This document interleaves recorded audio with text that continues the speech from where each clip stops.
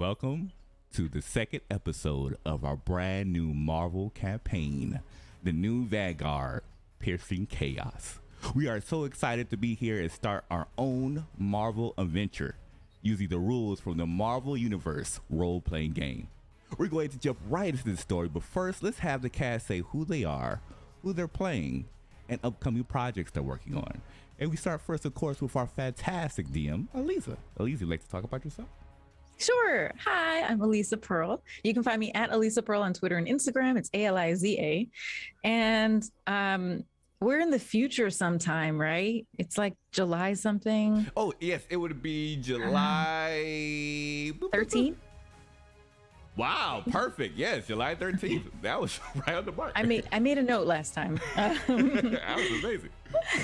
I don't know what I have going on right now in the future, but I'm doing D&D in a castle in September, so that's cool.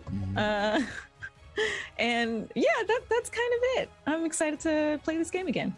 Yes, I was so excited from last week. I feel like this was like, is it Thursday yet for me? So so glad we're back for this one. And next, of course, we have the wonderful Aki. You'd like to talk about yourself, who you're playing, and projects you're working on.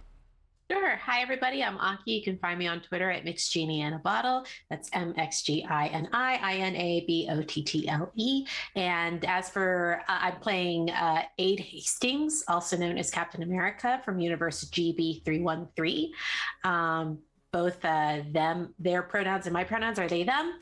And projects that I am working on. I have a couple of things that are in the works that I think are going to be announced fairly soon, but I think it's still too early for me to say anything about them. I don't think that they'll have officially started yet, but I'm really looking forward to telling you all about those things. Just keep an eye on my social media. All right. Next, make our way down. We have the wonderful Melee Damage. You'd like to talk about yourself, who you're playing, and projects you're working on. Hi there, I'm Melee Damage. You can find me all over the internet doing all the things. Mostly working in film, music, and of course, TTRPG. So follow me on the socials because I am also not very good at seeing into the future. And that is the best way to keep updated on all of the stuff that you can find me on. So on the Twitter, on the Insta, I post all that stuff there. And tonight I will be playing Electronachios from the Daredevil universe. Ooh, I'm so excited for this. And of course, we have our special guest, TJ Storm. You'd like to talk about yourself, who you're playing, and projects you're working on. Hi, everyone. I am TJ Storm. I will be playing Mr. Matt Murdock, otherwise known as the Daredevil, the man without fear. I'm currently working on, we just finished shooting a Disney project called Under Wraps 2, which comes out on Halloween. Shot another project in Hungary recently. I can't tell you what the name of it is yet because it has been announced, and several video games and all kinds of good stuff. But I look forward to seeing everybody in the movie theaters soon so we can all enjoy fun stuff together. Ooh, perfect. And next, we have the wonderful Reeve. You'd like to talk about yourself, who you're playing, and projects you're working on. Of course, hello everyone. You can find me at Big Dude Ree, all one word, on the Instagrams and Twitters and all the other social medias, I think. Today I will be playing Usnavi da Costa, or Morningstar. He is from let's say a unique universe that maybe you'll learn more about in the future. As for projects I'm up to at this time, let's see, probably still doing Arethian Nights over on the Rerolls, and our Vampire the Masquerade Chronicle, The Price of Power, should be going in, hopefully going well. We have some interesting players. Hopefully it's going well, or probably chaos. Who knows? Maybe both. That one.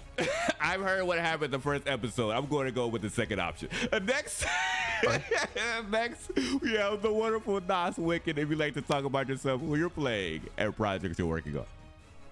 Hi, I'm the guy with the glitchy camera, aka Nosferatu. I usually don't have any projects pre-planned, so if you ever see me anywhere, that's the project.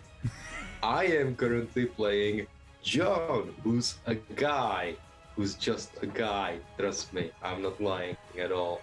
I claim that as false advertisement. And as for yours truly, I am Kira858. I play Divinity, which is a brand new superhero who is just feeling their way out in the world, who very few people seem to know about. Of course, you'll be able to find all of our content listed here at twitch.tv/Kira858, as well as our YouTube channel, The Cookout TTRPGs, where we have a wide variety of TTRPG goodness, from Reclamation to Riverwood Academy, Gods of Color, which if you subscribe to the Patreon, you may have seen this individual here before, and many others. So with that, just keep an eye out on all of our content at Twitter on the Kira858, as well as the Cookout TTRPGs. So with that, I think it's about time we transition over to our wonderful DM, Aliza. Aliza, take it away. Welcome back to the multiverse.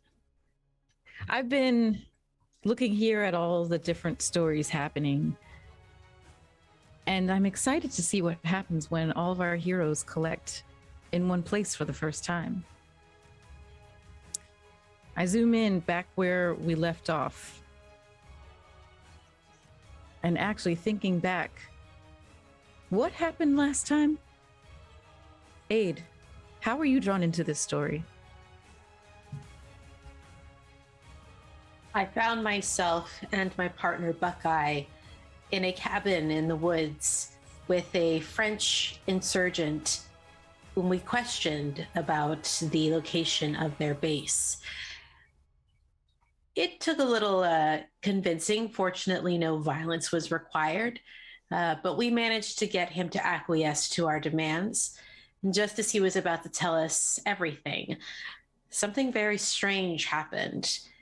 I went outside to investigate, leaving Buckeye with the French insurgent, and found that there seemed to be a large crystalline structure piercing up into the sky from the ground. It was about a mile wide, and I couldn't really glean much information from it.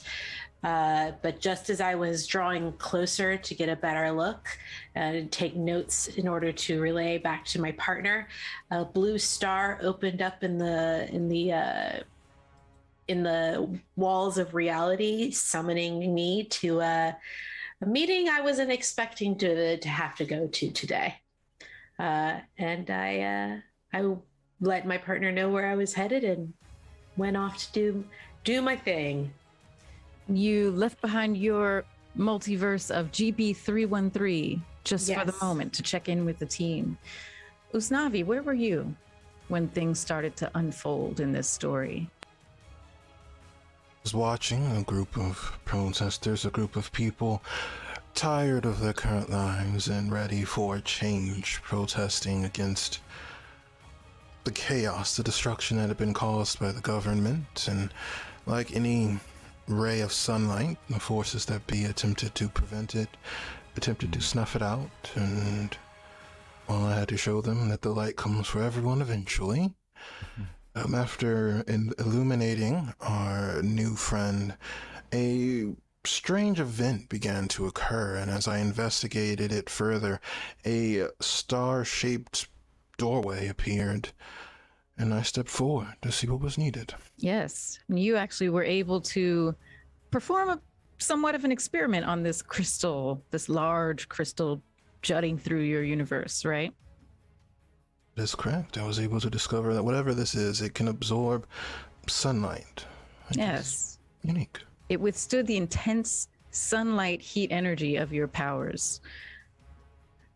And so you left behind your multiverse, which is Earth 813. And then, John, what brought you into this story? John is a phantom of a warlost. He's a man possessed by the spirit of vengeance, though he doesn't know what it is. And on that fateful day, he got taken over by the spirit again and set off on a hunt for a certain cult leader, going by Blackheart. Unfortunately, just as he was about to send Blackheart back to hell, he got distracted by a strange crystal shooting through reality. And for some reason, the spirit itself was drawn to it and actually spared the demon. And that's how they both found themselves back with the Vanguard, being dragged away from their noir universe. This mess. Yes, and when you say they both, do you mean yourself and the spirit of vengeance? Yes. I see. All right. So yes, you left your Earth 90214. 90214, that's right. Stepped into that star portal. And finally, Orion. Where do we find you at the beginning of this story?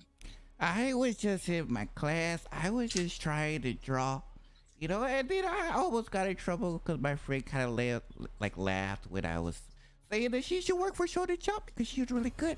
And then I realized that the person who I share powers with does this with a one-sided relationship because she won't help me out with studying for my test. She's making me do all the work, but it's okay. And then when that happened, she told me I had to go outside. I asked, could I go to the bathroom? The teacher gave me 10 minutes. What kind of bathroom break is 10 minutes? I need more time than that. So when that happened, I kind of ran outside. And when I ran outside, I saw this big crystal. It was huge, gigantic. And then my sister, Hyperion, she came by. She thought I was still inside the school. I was like, no, I was just trying to help you out. I was going to take a picture and put it on TikTok, and then I was going to send it to you. I think she believed me. I wasn't 100% sure. So she went off to kind of help out with the rest of the people in trouble. I tried to follow suit, but I got cramps in my chest. I think I need some bananas. And so when I was running over there, I saw that she was okay. So then I was able to find a place. I was able to change into my big self, Divinity. And when I did, I was about to start helping. And then that's when the star appeared. And when the star appeared, I knew I had to go. So I hope she doesn't think I left her behind. Because, I wanted to help out. But, yeah, that's what happened. And for those viewers who are primarily of Earth 616, a reminder that our sweet Orion has a double life. Some people know Orion as the 12-year-old, sweet, sketching, doodling 12-year-old who sometimes needs to have bananas because of chest pains. Writing is hard. And others know Divinity, their super-powered self. And Hyperion, Orion's sister, knows them as two separate people, two separate entities, does not know that they are the same. And so, Orion, you stepped into the star-shaped portal, leaving behind your universe of T619858. You all find yourselves inside the pocket dimension that you know to be the headquarters of the Vanguard, this multiversal team that you all have pledged to be a part of. Some of you have been members for longer than others. Some of you are brand new to the team. We'll find out probably some details of that later. Standing in front of you was America Chavez, the multiverse traveling young woman superhero who is 25 years old in our story. We've aged her up a little bit.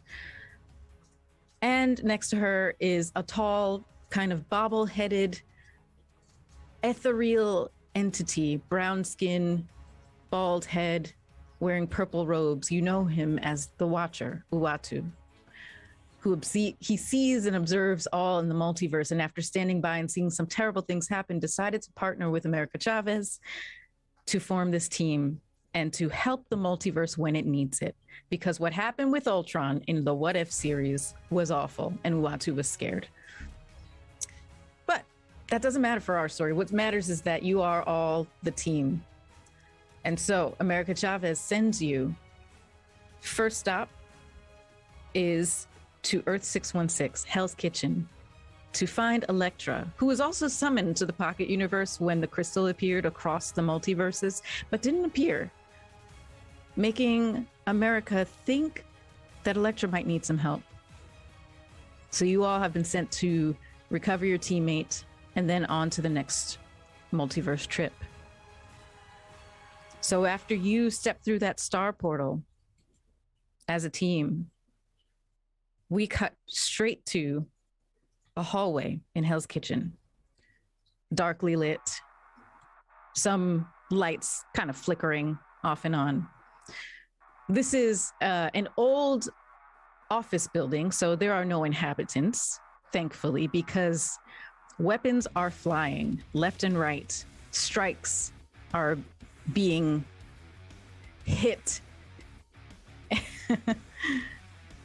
And in this quintessential hallway fight, we have two heroes against, well, I'm not sure how many assailants yet, but we'll find that out.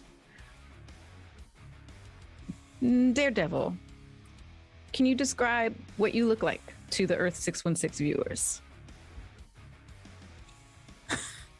Oh, we can't hear you. You're muted. You're muted.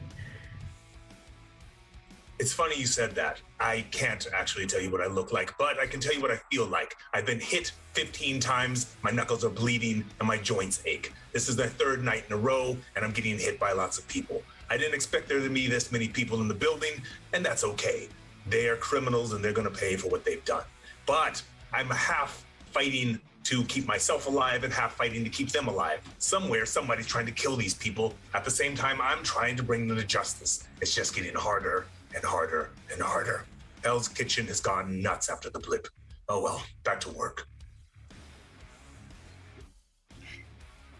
Daredevil, yes, indeed. There are multiple assailants in here. You, of course, with your superior senses besides sight, which barely doesn't even matter for you, you are able to keep up with them, blocking their blows, striking them in their weak places. And not too far from you, Elektra, what are you doing and what do we see? What do you look like?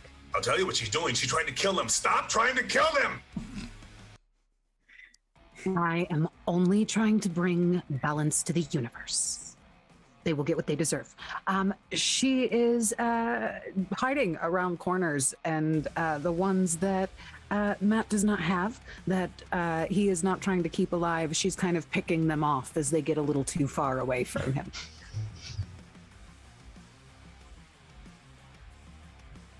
All right. So the two of you, I mean, we are starting in the middle of a combat. Let's roll initiative.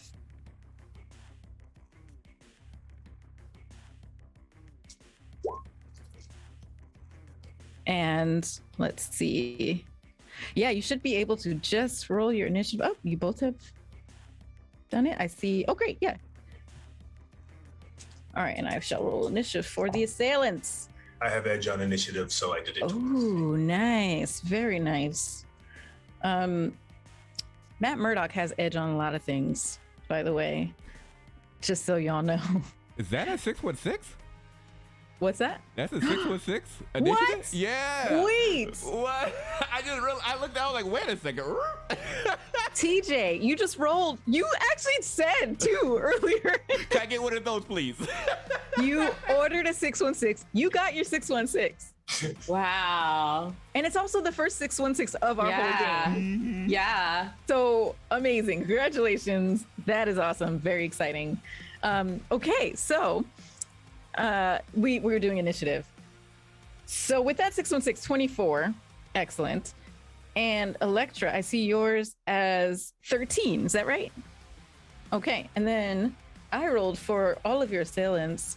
I'm just going to give them one roll. So that's 11. So it's going to be Daredevil, Elektra, and then the assailants. So, Mr. Murdock, you have, well, I mean, you sense that there are 3 assailants kind of coming at you from different angles. What would you like to do? I can hear their footsteps, feel the heat coming off of their skin, and hear their hearts beating. What they don't know is that there's the sound of sliding steel behind them, especially the one who's running at me quickly. That sound of sliding steel is a 4th person that is in the shadows. It is Electra. I could smell that perfume anywhere. I am going to hit him in the knee, making him bend over suddenly so that the sai, the sharpened spike that she normally chooses as a weapon, does not pierce his heart. That is what I'm doing first because I'm trying to save him while not getting hit in the face by him. All right. I also thank you, Ree, for reminding me in the chat. When you get a fantastic roll in initiative, you get a bonus round. So this is actually not even your turn yet. This is a bonus move that you get. And I'm going to use it to save this idiot's life. All right. So yeah, what I'm sorry, can you repeat what is your move that you're trying to do? Are you trying to use a special fight move? Are you trying to grab the guy? Are you trying to just whack Electra? Coming in low, so I'm going to roll over his back while his arms are outstretched, bounce off of his back and do a flying side kick into the next guy's knee behind him. So you're trying to kick him out of the way of Electra's blades. Yes. All right. So I think that's just going to be a straight fight attack, basically, with your agility. And so, and then I will give you his defense, which is, this is going to be, I'm going to say his resilience. Can he withstand this kick? So that's a 13 you're going to be rolling against. Very good.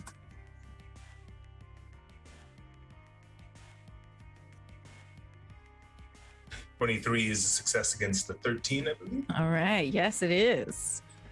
I crack his knee, making him bend over suddenly. And if I can, in the same motion, I want to, as he's bending over violently, I'm going to use a technique called banging heads. I'm going to grab his body as it flies forward and swing him into another direction, the second guy on my left, and make them meet each other so they're unconscious rather than dead.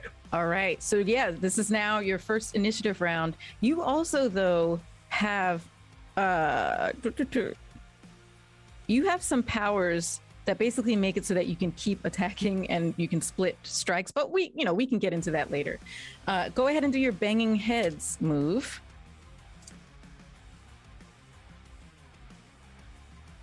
So that's just your agility fight attack. And then they both have the same defense. It's going to be the same thing. This time it's might, but it's the same number, 13. So you make one fight attack and compare it to the agility defenses. Oh, agility, just kidding. Ooh, sorry. Agility is 16 for them. But you still made it by a lot, so. I see you got 23 again, right? Yes. All right. So yeah, your 23 beats their agility at 16. If the attack is a success against both foes, they will both take fight health bashing damage. So go ahead and roll your fight damage. And that's at the top left corner of your character sheet. Target's defense. Oh yes, 16.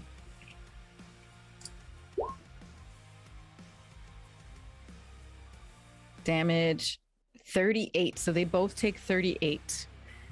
These two are knocked out. They fall to the floor. I start to read them their rights and then go back and instead and say, "Don't kill them, Electra, don't." Electra, speaking of you, this happened in front of you. You were about to end this person's life. What would you like to do for your time in initiative? Are there any more still standing? Yes. So that took out 2 of them. There are, not too far from you, there are 2 more. Excellent. I have fast slashes, which I think allows me to split an attack and make an attack on both of them. Yep.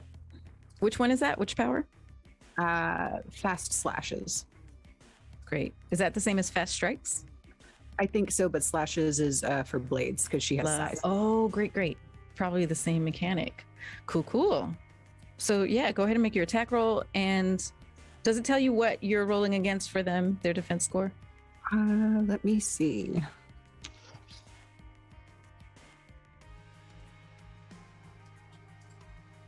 I do not see it. Okay, I'll take a quick look, but if not, we can also just figure it out. It's fight attacks. Right, fight attack against their. Let's see. I just Their agility. either.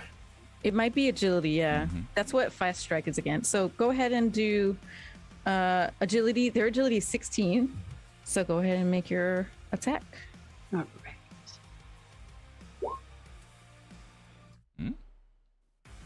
That hit. Ooh, I see a 1 on the Marvel die. And you have. Oh, did you roll? It looks like you rolled damage first.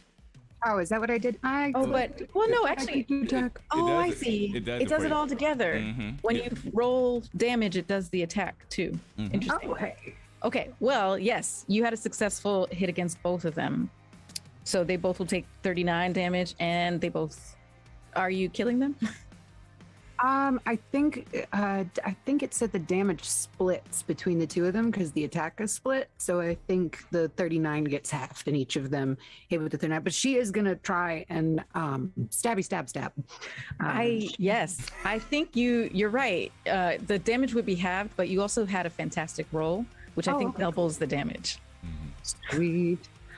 So yeah, she is. She's gonna go blades first, and she's gonna look up and go. If they weren't supposed to die, they wouldn't have met me. And your size slice through both of them, and they fall to the ground dead.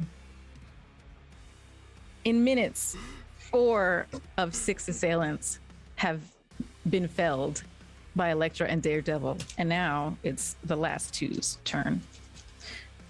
So they're going to. One of each of them is going to try to get it hit on both of you. They're going against your agility, so good luck to them. I don't think this is going to go well for them. Oh, well, got a 1 on the Marvel die, but not much else going on in this roll. So 6 plus 4, there's no way. Oh, well, 11 plus their modifier. What is your defense? Oh. They might have a chance. Their modifier, no, they have very low modifiers. So, no, neither of them hit you. I think they're shocked at how quickly you both took out their companions. And actually, one of them is going to take an easy action and run down the hallway towards a window. The other is going to stand there looking very confused and scared and run in the other direction. Run the other way, idiot. And now we're back at the top of the round with Daredevil. What would you like to do? I stand between the confused one and Elektra. It's his only chance to get out. Oh, he has already run. So one of them ran towards the window and the other ran further into the building. I'll just stand between her and the closest target that she could throw a sigh at. Okay, got it. So you kind of like move your body to block a flying sigh.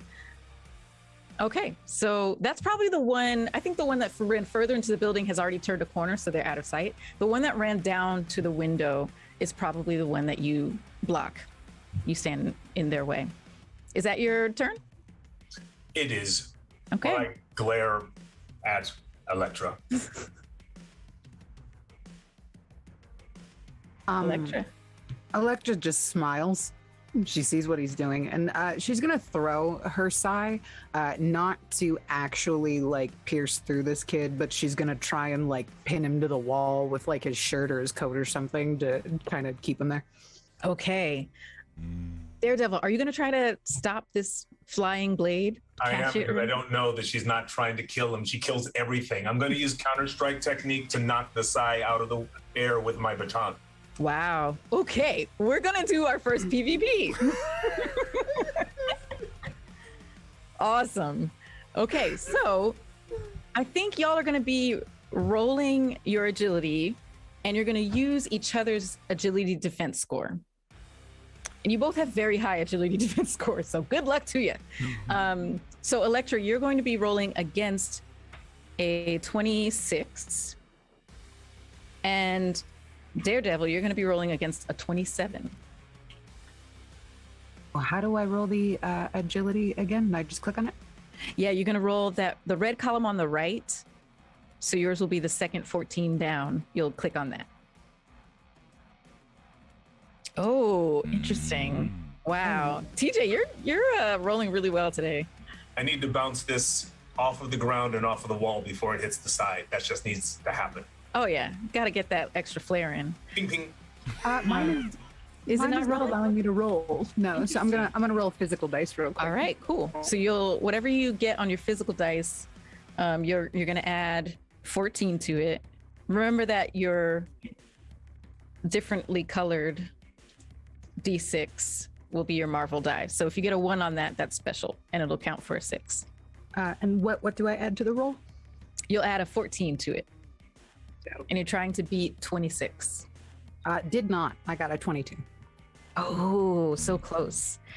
So you throw this side, and Daredevil, I'll let you help describe this. You bounce your baton off the ground before it hits the sai out of the air. Is that right? I need to hear and understand its trajectory, so I listen to it whistle through the air. Then I whip the baton into the ground off of the wall and let it ricochet into the side so it pings and doesn't hit the poor kid trying to get out. The kid turns at the end of the hall. They were about to go through the window. They heard this clattering and calamity behind them turn, and they look at both of you. Get a job! Go! Daredevil, you can hear and feel the anxiety of this person, probably like a 19-year-old got in with a very bad crowd at an early age. And yeah, he goes outside the window. And as you can hear him clattering, you both can hear him clattering on the fire escape, trying to get down, when you also hear something else. Neither of you both have really, well, you both have good enough vigilance to not have to roll like some other people had to roll last time. You both hear a thunderous noise coming from outside and above. It seems to be ripping across the sky from one direction to another, almost like a massive fighter jet breaking the sound barrier, whizzing past you. But it's not that. It's a sound neither of you have ever heard before. Daredevil, with your really enhanced senses, this almost is like uncomfortable for you to hear. The sound is just so loud for you. We'll talk about this later. I see you let him go, and now what is that? That was probably that kid. Running to the window. Pick up the baton as I go. Kick the sai into another room so she can't find it. We win this today. Okay.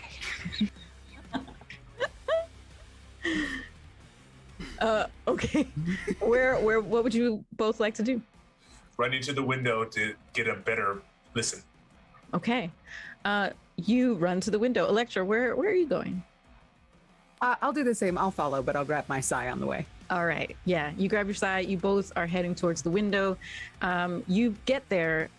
The kid has stopped. The kid got not very far down, just a few steps down the fire escape, and is like looking up at the sky between the buildings of Hell's Kitchen, frozen in confusion and fear and shock and a lot of things. You both look out the window. Do you step out onto the fire escape? Yeah. Okay. No? Okay. One of you does. One of you just peeks her head out of the window. But you both see this. I pause for just a second as I move out.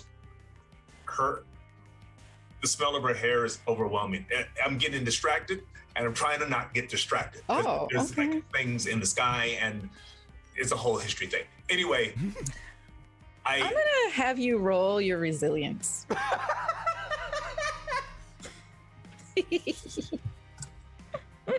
What's the number, the target number?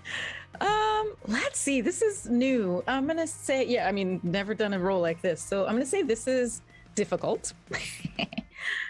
So for you, the target number is 25.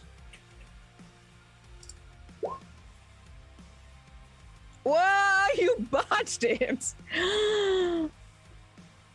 Oh, but you got a fantastic botch, I guess, because you got a 1 on the Marvel die, but you also got 2 1s on everything else. Yeah, that's the worst My one. botches are fantastic. Yeah, That's a botch, yeah. What? Oh, I'm so glad I had you roll, because what does Matt Murdock do in trying to resist the allure of Elektra's hair, fragrant hair? What does losing that resistance mean for you? What do you do? I'm not gonna fall in love with her again. I'm not gonna do. I'll just tell you right now, it's not gonna happen. She smells good. What do you do? But you can. Everybody knows she smells good. Kids down the street know she smells good. That's how she smells. I'm not gonna fall in love with her again. It happened 4 times in the past, and I'm not gonna let it happen again. So what, Elektra? What are you seeing? Could you explain it to me, please? And I stay right next to her. Get like real close to her. I don't have a choice. It's a little fire escape. It's uncomfortably close. Sure. Yeah. She does walk out onto the fire escape at that point and kind of takes a better look at it. And what you said there's a tear in the sky. Is there anything? You else? heard a tear, but now you see a massive crystal, making it's kind of crossing the sky in a very like shallow diagonal direction. But if you were both to climb up higher, you could see how far in either direction it might be going. Would you like to climb higher to get a better look? Yeah, she turns around and says, there's a crystal going through a very large portion of the sky, but I think we should get a little higher to get a better look at it. It's very big. I can tell. It's oscillating at 50 megahertz per quadrisecond. Let's go. Okay, so up the fire escape, up a couple of floors to the roof. And yeah, you get a better look at the overview of this thing over the island of Manhattan. It is crossing, it's basically like crossing through the island. You can see rubble and smoke, and you hear people kind of reacting to the chaos this has caused. It's knocked over buildings. It's kind of like bisecting the horizon. I tell on her a what the diagonal. police are saying on the police frequencies as well as the fire department on the fire department frequencies. I tell her the distance of the devastation according to the radio waves that are coming and going, and some of the televisions that I can hear at distance. I also stand downwind of her so that her perfume carries. I got to keep track of her. That's all that it is. It's not a thing. I'm here and she's there. Sure, Betty, sure. Okay. Elektra looks like super stunned. That's huge. Where do you think it came from? You ever seen anything like that or heard of anything like that? Or does anybody we know do that kind of thing? Yeah, the last time this kind of thing happened, Thanos brought his entire family. Yeah, that's problematic. Yeah, both of you have experienced strange things appearing in the skies over New York City, but this is quite strange, even for you. Both of you go ahead and roll your vigilance now. And if you like, TJ, you can use your echolocation for this to see if you hear something in particular. Let's see how that works. Is there a target number? Yes, there is. Yeah, the target is going to be, the target number is going to be different for the both of you. For Elektra, this is going to be pretty difficult, 27. And for you, Daredevil, this is going to be challenging, so 23.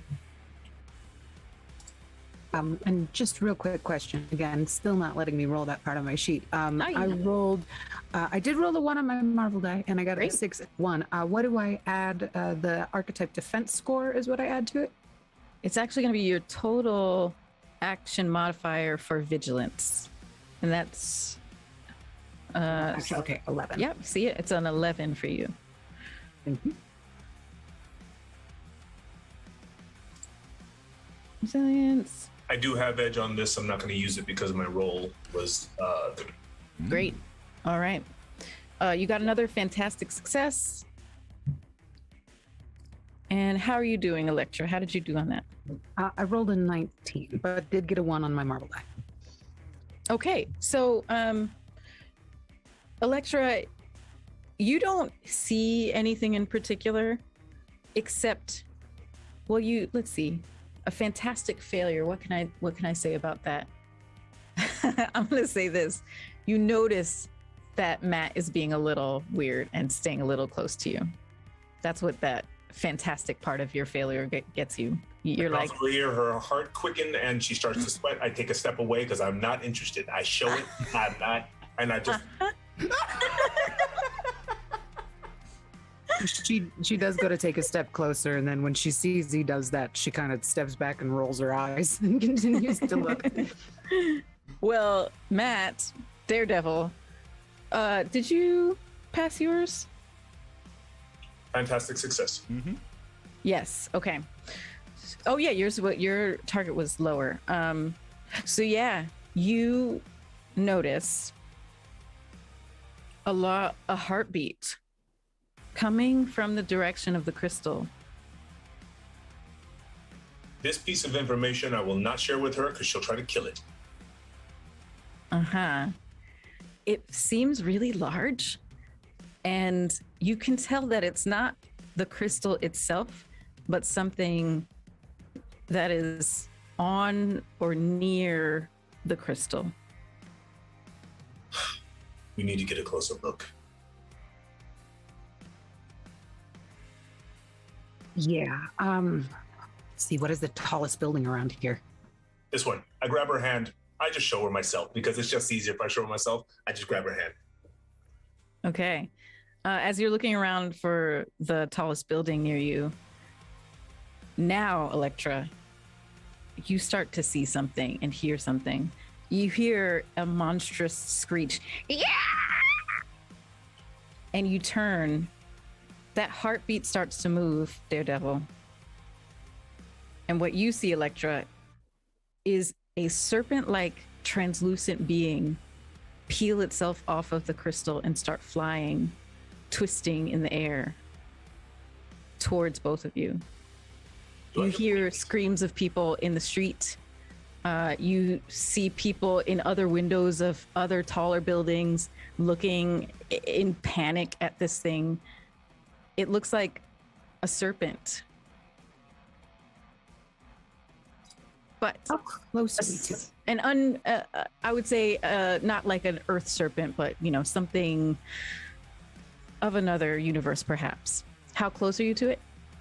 I would say you're about 5 city blocks from it, 5 of the shorter city blocks from it. I think we should go try and get rid of that thing. Now it's times like these that I wish Luke Cage were a little bit closer to Hell's Kitchen. Let's go. Yeah. Okay, you're trying to get closer to it? All right. How would you like to go down to do that, or across, try to jump across buildings? Oh, definitely jumping across.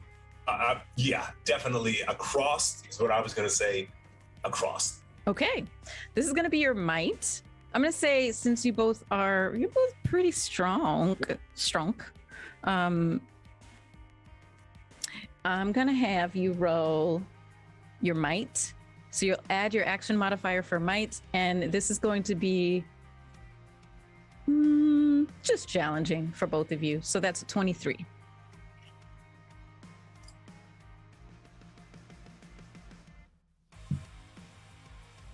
$27 over a 23. All right. I just made it 24. All right. So yeah, you both are able to leap over to the next building, and keep running, getting closer and closer. I won't have you roll for each building. You make it down the block to get closer to this thing. It seems like it's trying to get control, but it's also lashing its tail back and forth. As you get closer, you see some details now. You see that it looks like it has some type of scales. Also, when it pulls itself off of the crystal, you see that it has this like slightly opaque, cloudy, off-white color. It doesn't look like it has eyes. It just has like a tiny hole at the top center of its head, and almost a triangular shaped pointed face. Did you say it has wings? Tiny wings line the sides, about 4 sets of them. Are these wings feathered? They are not. Reptilian? Yeah, it's looking more reptilian to you. Or for you, I guess, smelling more reptilian. And it has no crystalline properties. It smells reptilian. Fleshy, yeah. It's a fleshy thing. How big is it? It's probably the length of 2 city buses. It's pretty big. It's now starting to smack into some buildings. People down below are running for their lives. Cars are piled up on the street with people abandoning them. Chaos. Does it look like it's trying to cause chaos, or does it look like it's confused? Go ahead and roll vigilance. Okay.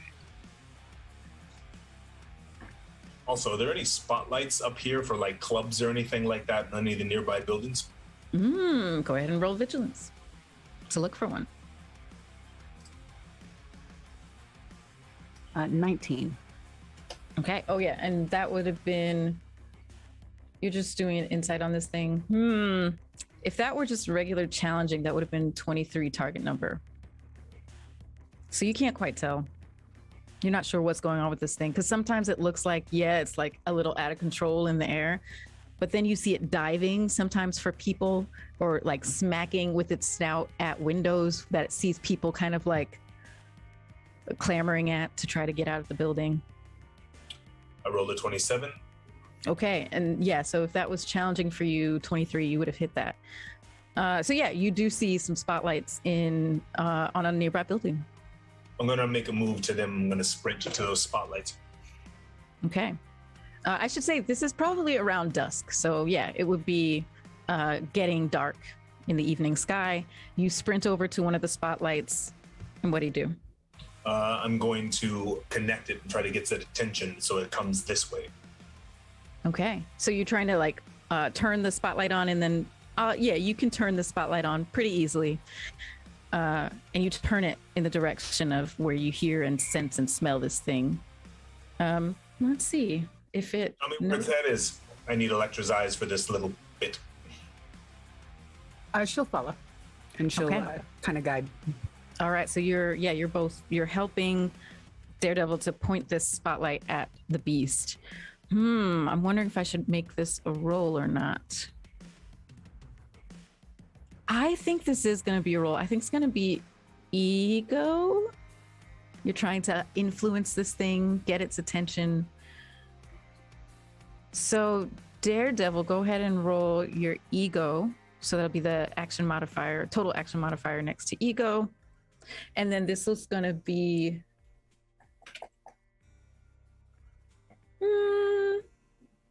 Is this difficult? Yeah, it's difficult. So target 25.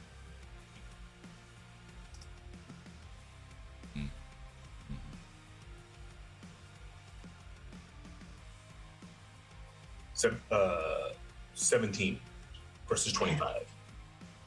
All right. So, you're both shining this light at the monster. It's not responding. It's still twisting in the air, kind of jabbing at things that it sees moving. It kind of dips down towards the street and then kind of flies back up, twisting. And then it comes towards your rooftop that you're standing on. I figure out which direction it's going to go, and I start to run along that part of the building at speed next to it.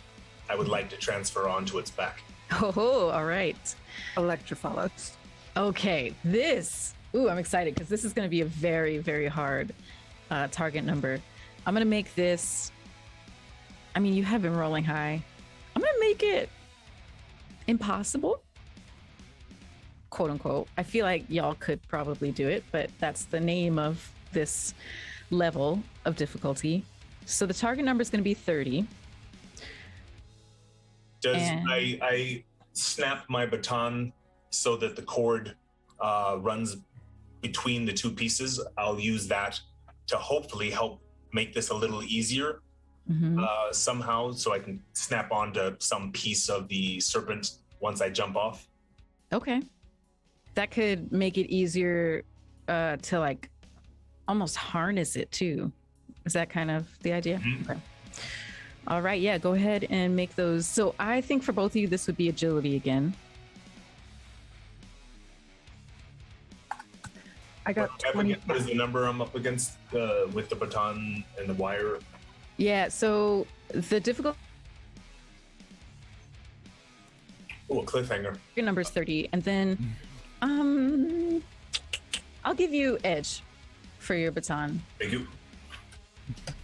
You got Now, a just to remind me, just to clarify, when edge means we only get to re-roll one of the die, not all of them, correct? Yes, exactly. So you can, if you need to, you can reroll one of those die. Electra, you got 25, right? I got 25, but another 1 on the marble die. Okay, so another fantastic failure. And TJ, I see you got a failure as well. Yeah, I haven't rolled the edge, but I don't know how. All right, so you can re-roll the 1. I think you would just roll 1d6. I'll just roll it. Yeah, that might be easier. So you can keep the 4 and the 3, and then we'll add your. I rolled a 4. Okay, so adding 3 more to you. So unfortunately, it's still a failure. So here's what happens. As this thing twists by and you take your chance running alongside it as it goes by your rooftop, you both make the leap. And as strong as you both are, as agile as you both are, you both miss. Now, Daredevil, let's see. Oh yeah, your failure was 24. Okay, you both failed about the same, except Electra, you got a fantastic failure. So I'm gonna say, Daredevil, you miss and you start falling down, probably hitting the fire escape a couple of times. So you're gonna take some damage. Oof.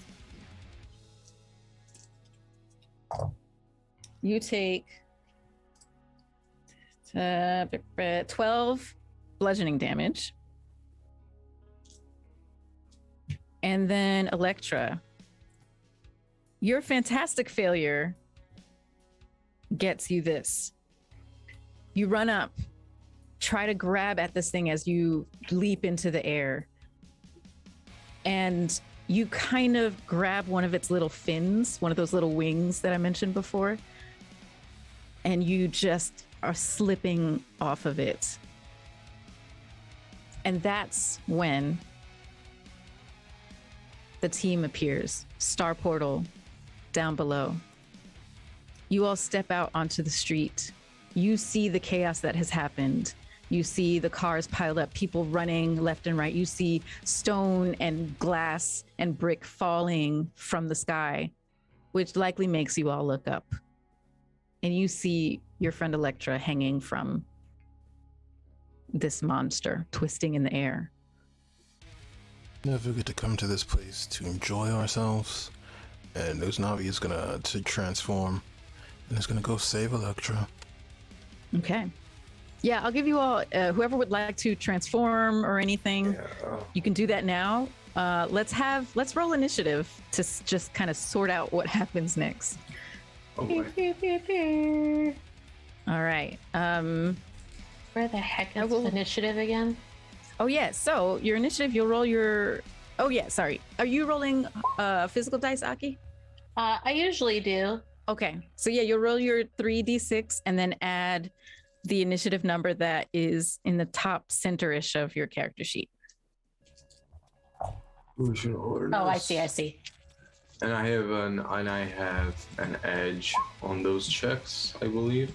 Yep, some of you have edge on initiative. So make sure to take that edge if you need it, if you want it. So I'm gonna take it, and I think I gotta. What does Marva mean when it's 4/4? That's the one. Did you roll digitally? Yeah. I see. Oh yeah, so that Marvel die is gonna be a 6 for you since you rolled a 1 on it. It already does that calculation, I believe. Oh, yep. So it's 20 in total then. Mm-hmm. Yep. Oh, goody. 6. I rolled a 1 on my. I rolled a 1 on my Marvel die as well, All right. which you said counts as a 6. Yes. Mm-hmm. Unless you botch. 15. I got a 15. All right. So coming from the top, I see 25. Is anyone higher than 25? Okay. So Uznavi is up first. And then who is above 20? 24. 24. And what was that, May? I just got 20 even. All right. So Daredevil is 24. Devil 24. Elektra 20. Same as John. John also goes at 20. Oh, okay. Who has the higher of you two for vigilance? I think it's Electra. Because I have vigilance of 3. Yep. Okay, so Electra and then John. And then who has above 15? I have exactly a 15. 15? Oh, and then that's it. And then sorry, Orion. I have a 14. Oh, okay. So wait, let me make sure I did my math right for the monster. So that's 6 plus what? Okay. So 15 is Cap. Correct. And then 14 is Divinity. Mhm. All right. So, Sunspot, you are the first to spring into action. What would you like to do? Well, Morningstar is going to rush over to keep Electro from falling. I don't know if I need to do any check for that or not. But then after that, I will move to place Electro down someplace safely before looking at the creature and seeing if I can learn anything. Wait, sorry. What is the first thing you're trying to do? Catching Electro.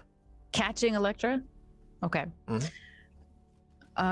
Yeah, this will be might. And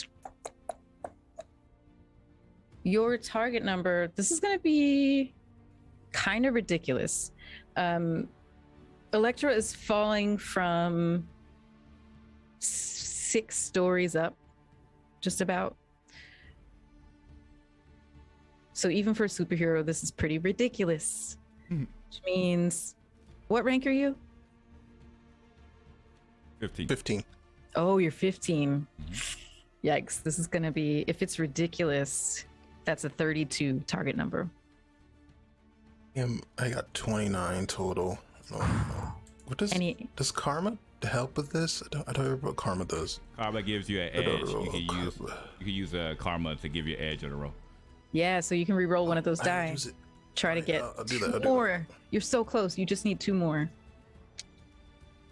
4, so that's 4, 8, 11 plus 11, that's 22 plus 10 for might or mighty. So 32. You just get there in time and just Electra falls into your arms. What the hell? Daredevil, yeah, you see this from up on the fire escape about 4 stories up. You hear it anyway. You got to stop meeting Or like yeah, this, you- Electro. Someone caught your woman. What was that, man? I'm pretty sure she's her own woman. He was very confused at first and is just kind of like, thanks. Kind of tries to like brush it off, like she could have done it on her own. She'd have been fine. It's a 6-story fall. She'd have lived through it. Totally. Snuffy will put her on the ground if possible. Then yeah, that would be. I believe that's all of the actions that I have. Okay. Yep, you set her on the ground, and then it's Daredevil's turn, and the monster is, after having a thing fall down on it, it tries to go for the falling thing, but then sees you closer to it and tries to snap at you. What do you do? The monster's trying to snap at me. Mm-hmm. Or it seems like it's heading in your direction. To like, you see it's like, or sorry, I keep forgetting. I keep saying see to a blind person. Ugh. You sense it's like gaping maw coming towards you.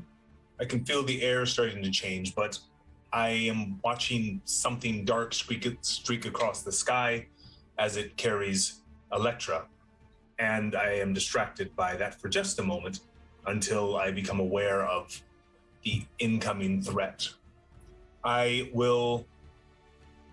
used to being underestimated, especially in my normal life as Matt Murdock, and I've used that well to my advantage as a practicing attorney.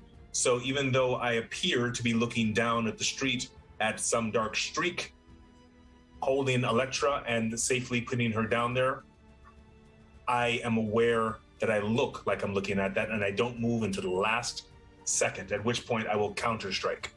All right.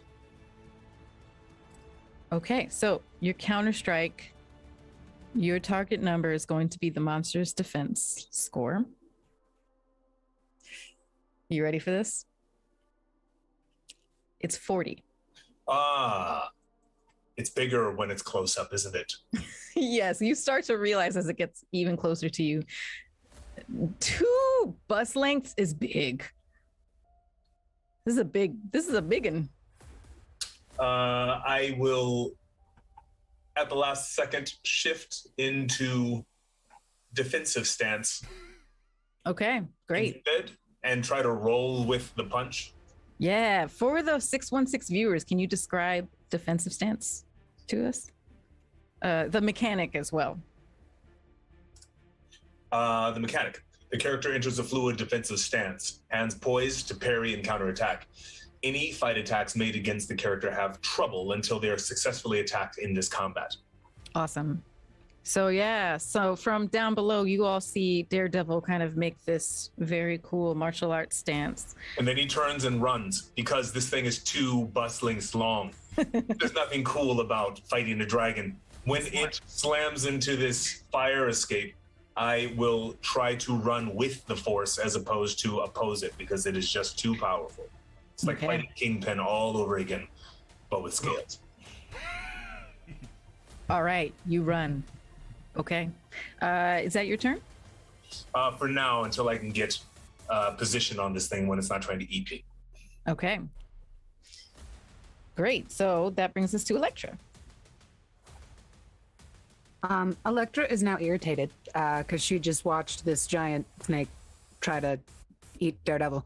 And she realizes she's down on the ground, but she's going to try her fastest to get back up that fire escape, or at least like meet up with Matt where he's at to make sure that he's okay. All right. So you're running up the building, the fire escape? Yeah. Cool.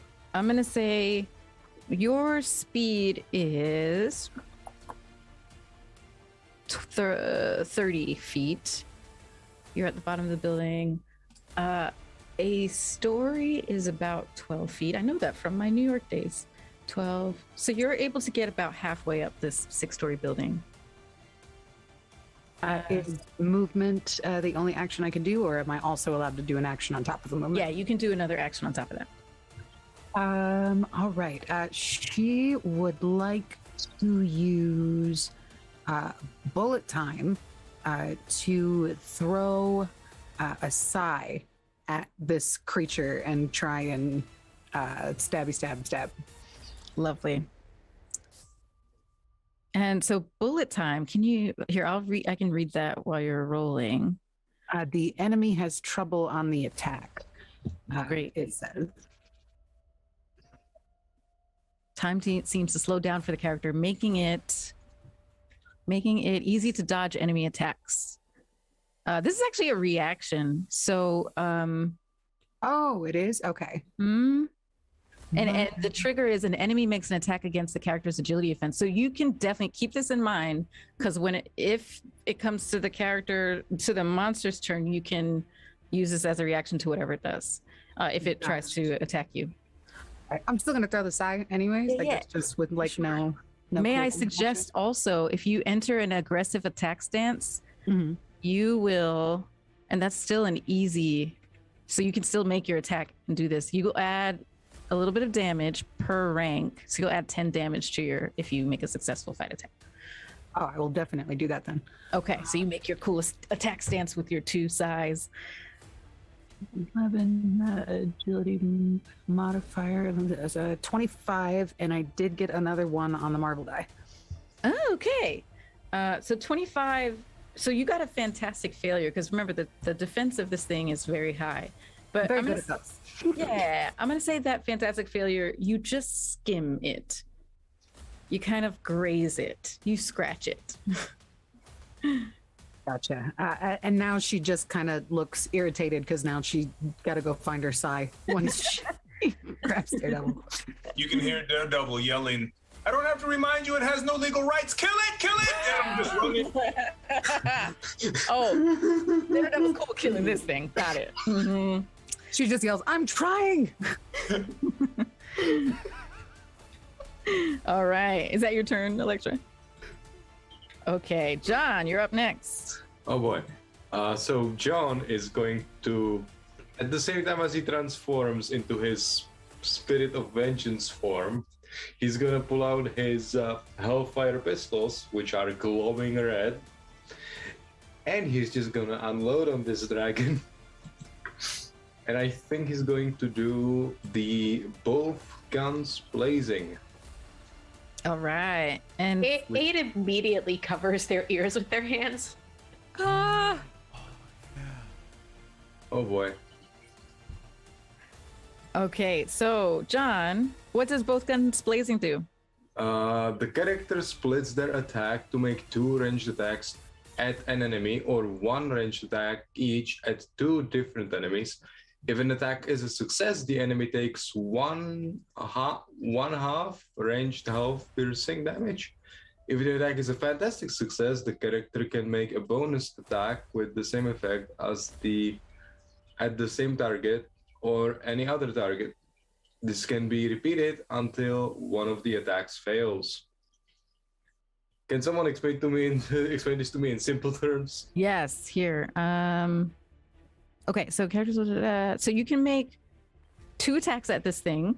If you succeed, I mean, basically, the enemy takes. Oh, so basically, what you're doing is you're splitting your attack so that you're giving yourself more of a chance to get a bonus attack.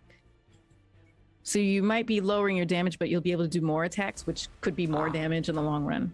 So I roll attacks until I fail, Yeah. basically. And half If the it's damage. a fantastic success, you can make a bonus attack with the same effect at the same target or any other target. Yep. So you'll just continue. So try to roll a fantastic success. A ranged attack. What's the target's defense? 40. Oh boy. 40. Nope. Okay. So your Hellfire pistols, I'm going to say they missed. Yep.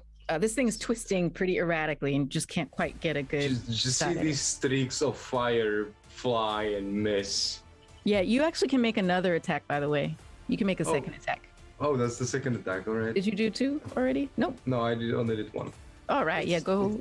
It's so confusingly written. What's happening? What's that? Is there a sound of gunshots as this is happening? Probably, yeah, but they sound otherworldly almost. Maybe even like a fireball. Like a... And I missed again. Oh boy. Okay. Can I use the karma then for the second one? Wait, Yeah. I don't have any karma. You should have karma because you haven't spent any. Oh, okay. My sheet is wrong. Oh, How okay. much do I spend? Half your rank rounded up. Okay, so how much do I spend for rerolling one dice, and how do I make it reroll? I can look it up unless someone else already knows. So you re-roll with karma. You can re-roll one dice. You can't unfortunately do a click. You have to pretty much just roll one dice and roll 20 and replace that 3 with whatever you roll. And is that one karma? You spend one karma to do that? Yes. Okay. All right, so one karma goes brr, and this is 1d6s? Yeah, 1d6, yeah. All right. So we roll that 3. 6. I'm sorry, this is taking so long.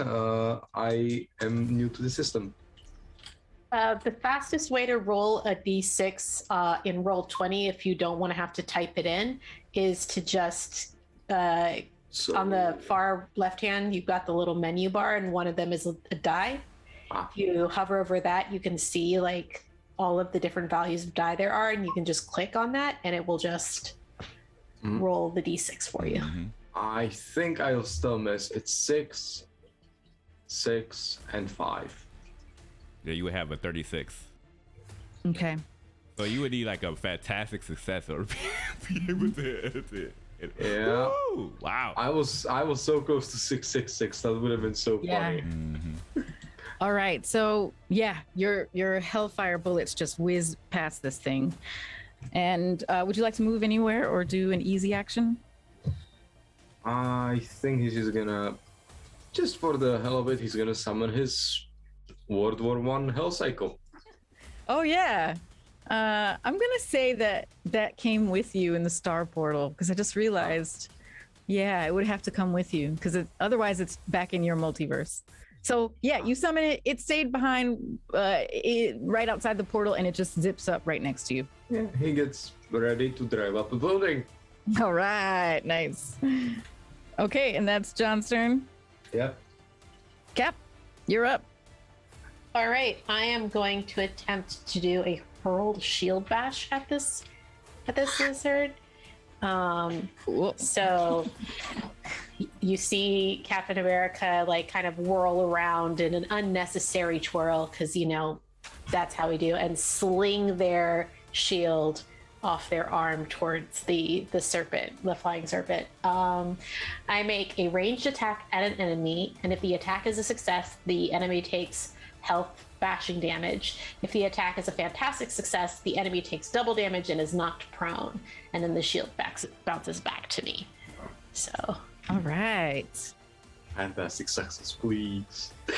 Here, what's my target number or the target defense? Or it's 40.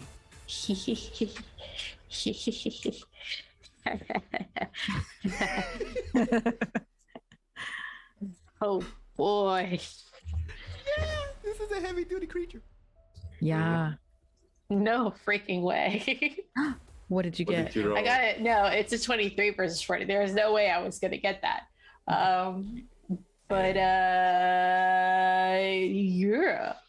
Okay. That was a ranged attack you made? Yes. Okay. All right. So Cap, despite the awesome theatrics of your move and your shield just you kind of don't throw it at the right angle, so it just kind of bounces off of the monster. And back, and then I catch it.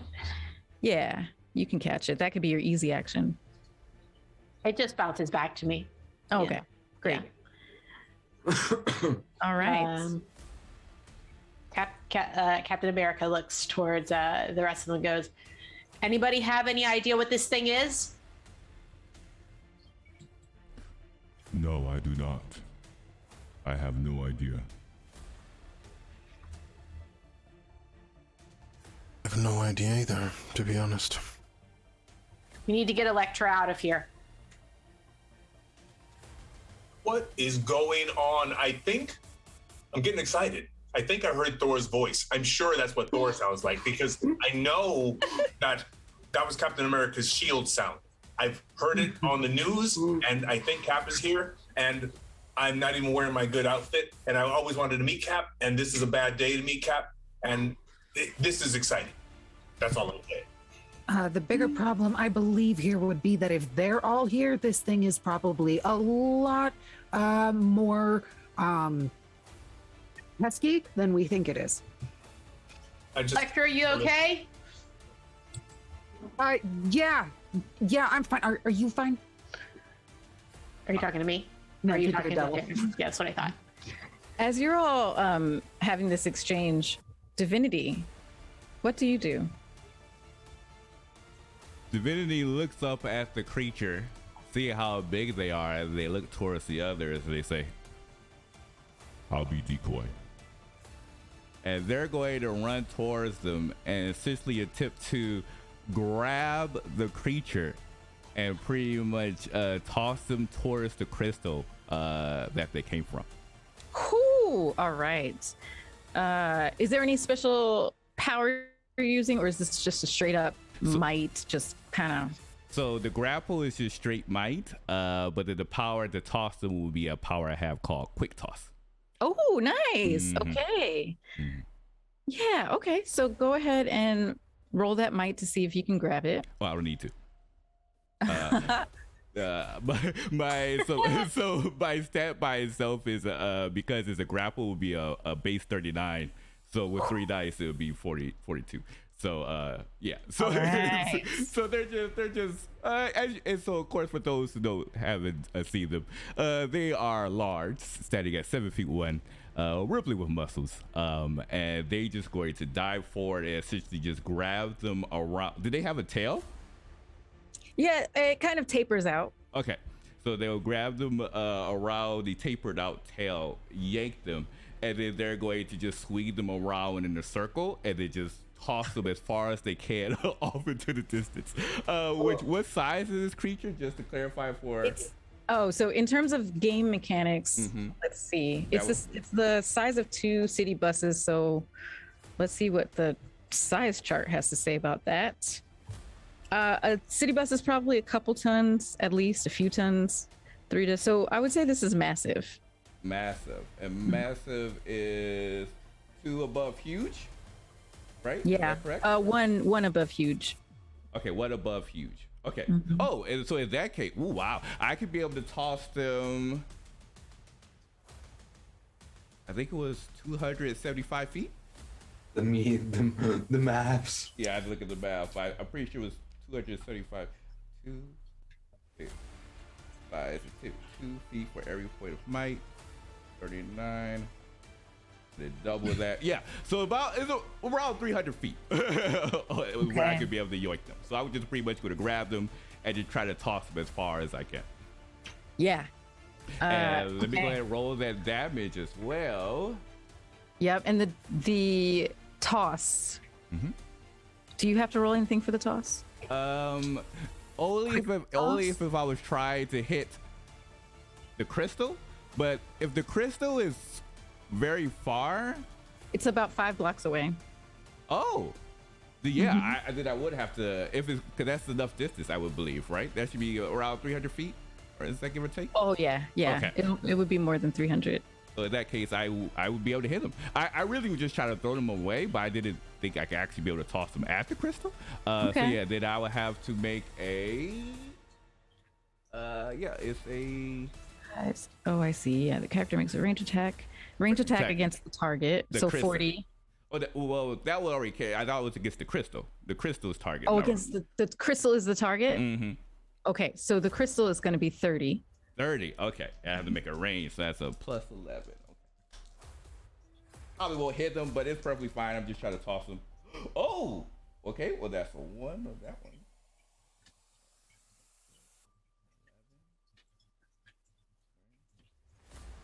All right. 15 plus 11 is 26. Oh, I was so close. I'm gonna try to re-roll this. We'll use the karma. Karma? Yeah, exactly. Okay. Nope. So no, I missed the crystal. Okay, then this thing with your might and your success on that roll, or your auto success on that roll, this thing flies past the crystal and over it. So, Well, that probably got their attention. that was the end of the round, but we still have a monster floating over Midtown Manhattan. However, we're actually going to take our break here, and when we come back, we're going to see what the Vanguards do about this twisty-turny serpentine monster that appeared from a huge crystal in the sky. Well, I hope you're enjoying this episode so far. Again, if you like what you see here, make sure to join our Discord. You should see in the chat below. We'll have a section for spoilers, non-spoilers, and we'd love to hear your thoughts about the campaign. And we'll see you back for the second half, about like 10 to 15 minutes. But until then, farewell for now.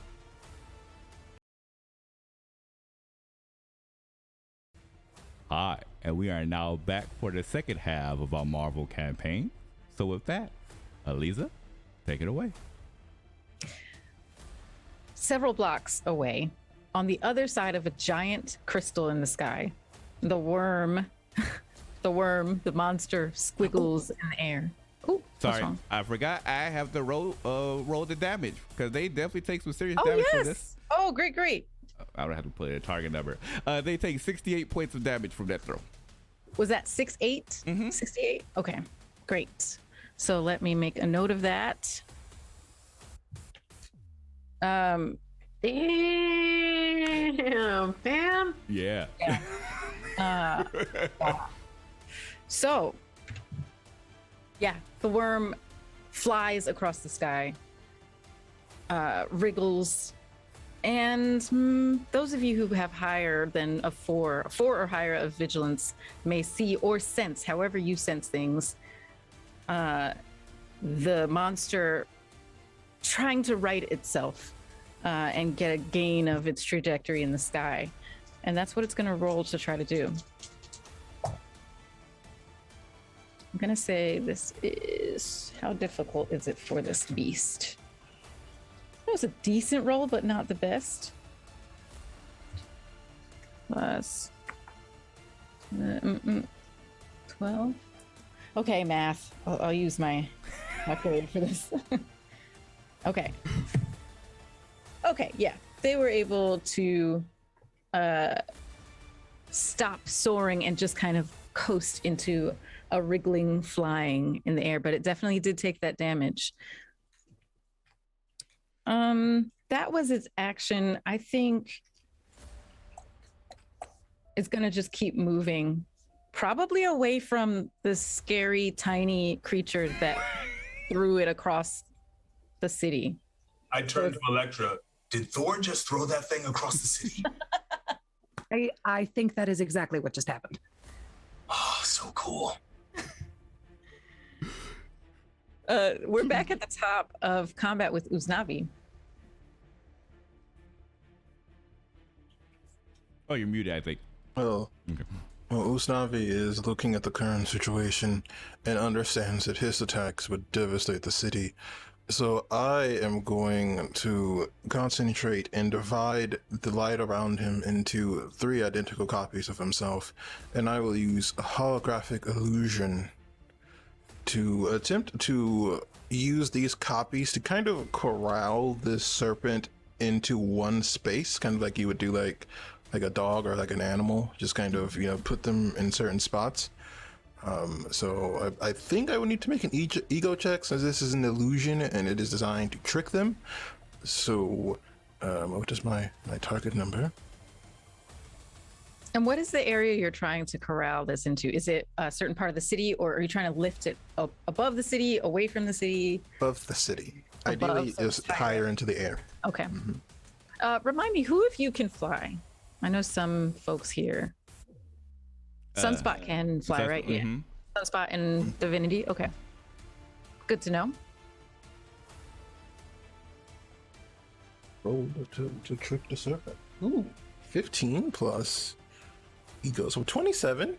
That's not bad. Okay. That was against its ego, right? Ego. Okay. Sorry, let me just check what that was. It's ego defense. Smart serpent. Yeah. It's a very smart serpent. Yeah, it's not a smart serpent. All right, that should limit the damage to the city, at least for a little while. And I think that's all I can do, actually. Well, I would join it in the air, so I will fly up into the air after it as well. So there'll be all four of us will be up there. Okay, so the 4 images of Sunspot surround this giant worm, and it sees you and noticing it's not smart. It also doesn't seem to have eyes, but it does sense things. It senses that at least one of these things was with the scary thing that threw it, so it does respond to your corralling it up into the sky, and it starts to climb higher with the 4 sunspots surrounding it. I keep saying sunspot. I'm so sorry. Morningstar. Yeah. And it says it there on your Zoom. It's good to be compared to my father. Oh, you look just like your papa. I can't help it. Okay, so Morningstar. And yeah, that sounds like that's your turn, right? You did the corralling and you're moving. So yeah. Okay. Next up is Daredevil.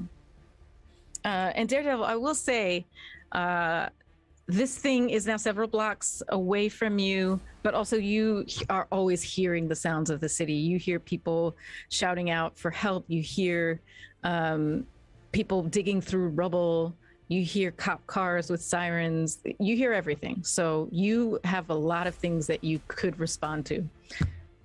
I tell Elektra, whatever happens, be careful.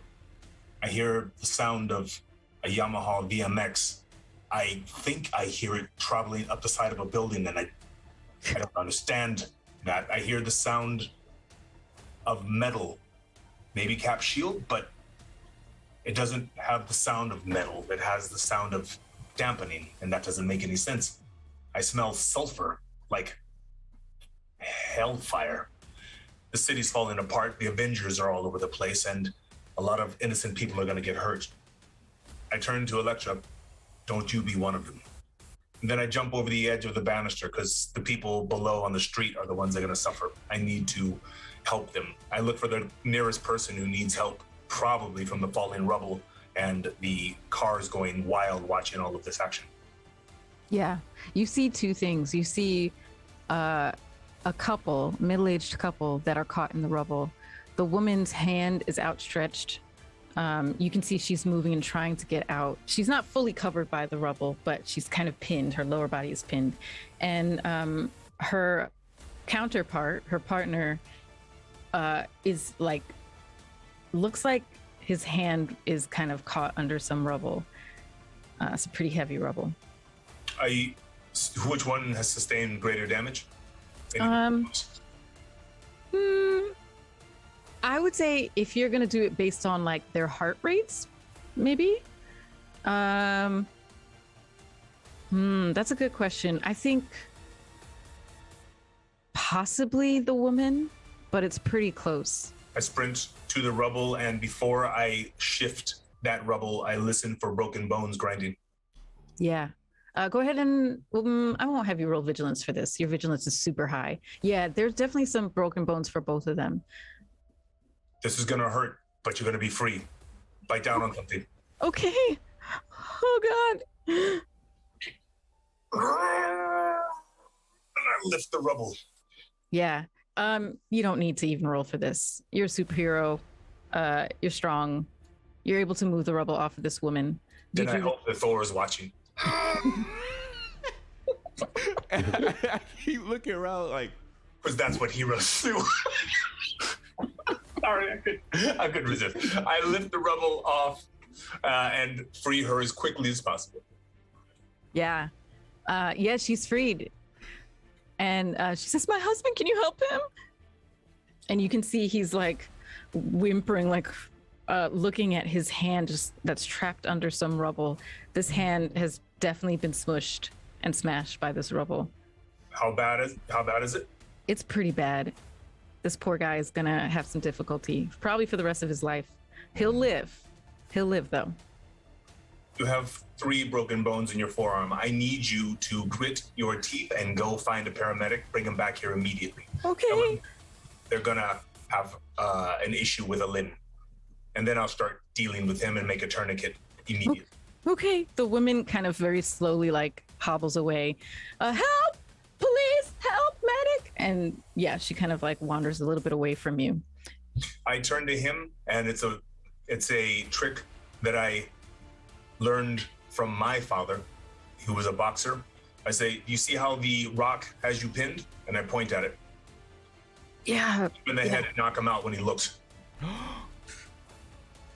Again, might 4 against a human, you knock him out. It's not to cause him damage, just to make him lose consciousness. This is going to hurt more than he can stand. Yep. And I deal with the hand and I apply a tourniquet as fast as possible. Okay. All right. I think those are all pretty easy actions for you. Would you like to do anything else? I give them my full attention right now. That's all I can do. Okay. There are real superheroes doing real super stuff, so I'll stay out of their way. You're a real superhero, Daredevil. But I know what you mean. So with that, we come to Elektra. Okay, so what does look like the kind of like immediate problem that's happening near her, since that snake thing flew far, far away? Is there anything that seems to be like more of an immediate threat at this point in time? That any kind of like buildings about to collapse from this thing flying around or anything like that?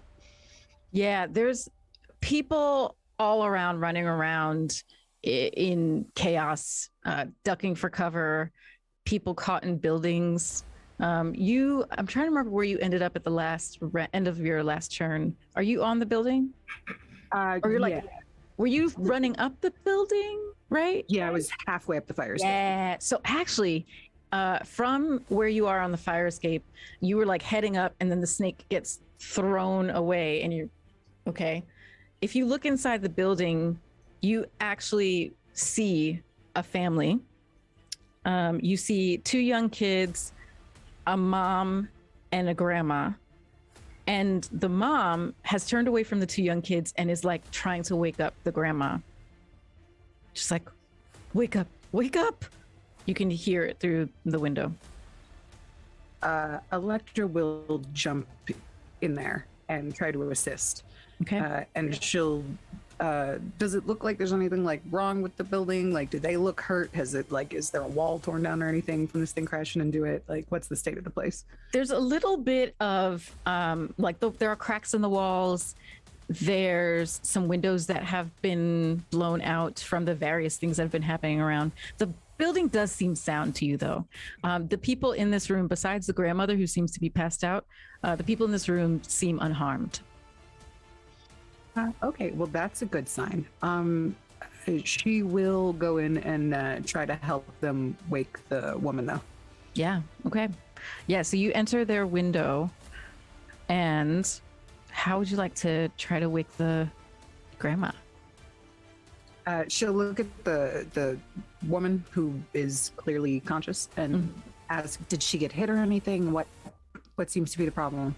I think she's just scared. Everything that's been happening, it's been really scary, and she's pretty old, but she's healthy. And I don't have any like skills that actually do this, but I do know that Elektra does Reiki, so she'll probably try to like meditate over her for a minute and see if that like does anything to help her. Oh yeah. How do I do that in this system? Hell yeah, that's an ego check. It sounds funny saying it like that, but you know what I mean. And I'm gonna say, in terms of difficulty, I think this is just regular challenging for you. This isn't. Yeah, you are in tune with lots of, obviously lots of martial arts, but also the things that go along with martial arts, which are spirit and body. So yeah, you absolutely have the skill to kind of help someone level out from a shock like this. So your target number will be 23. And then I'm going to say, yeah, 23. Okay. Actually,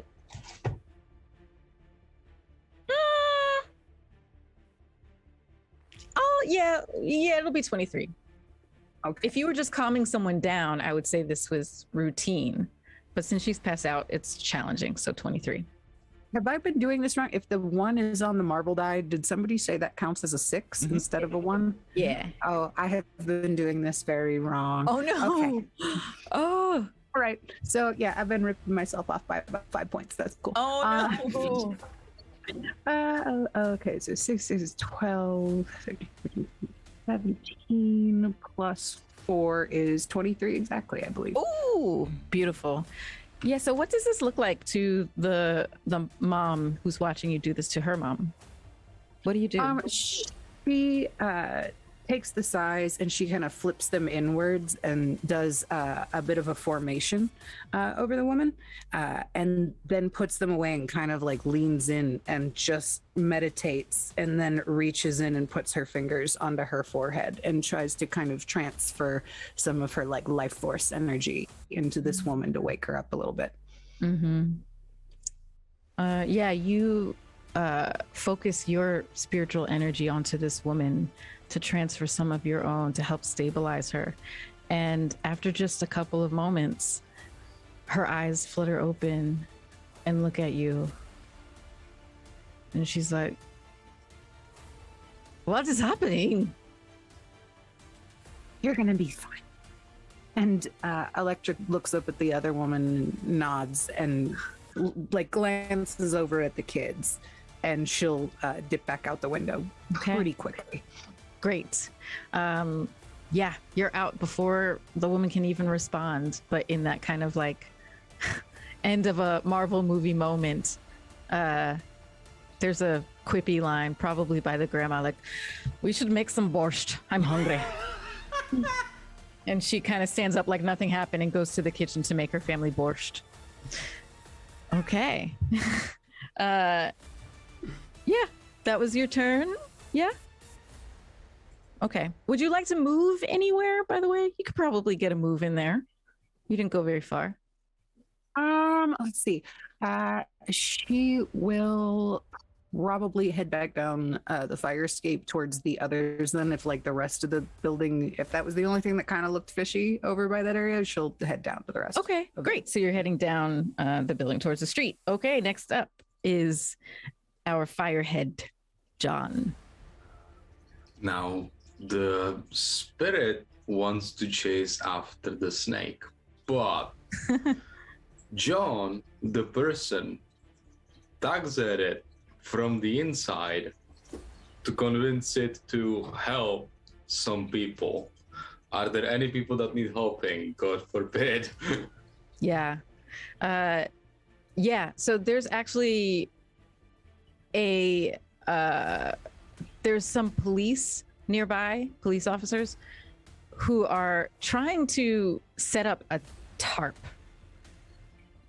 And you see that they are, you're kind of like looking upwards, and if you follow their gaze, you see that up a few stories, someone is dangling from the fire escape.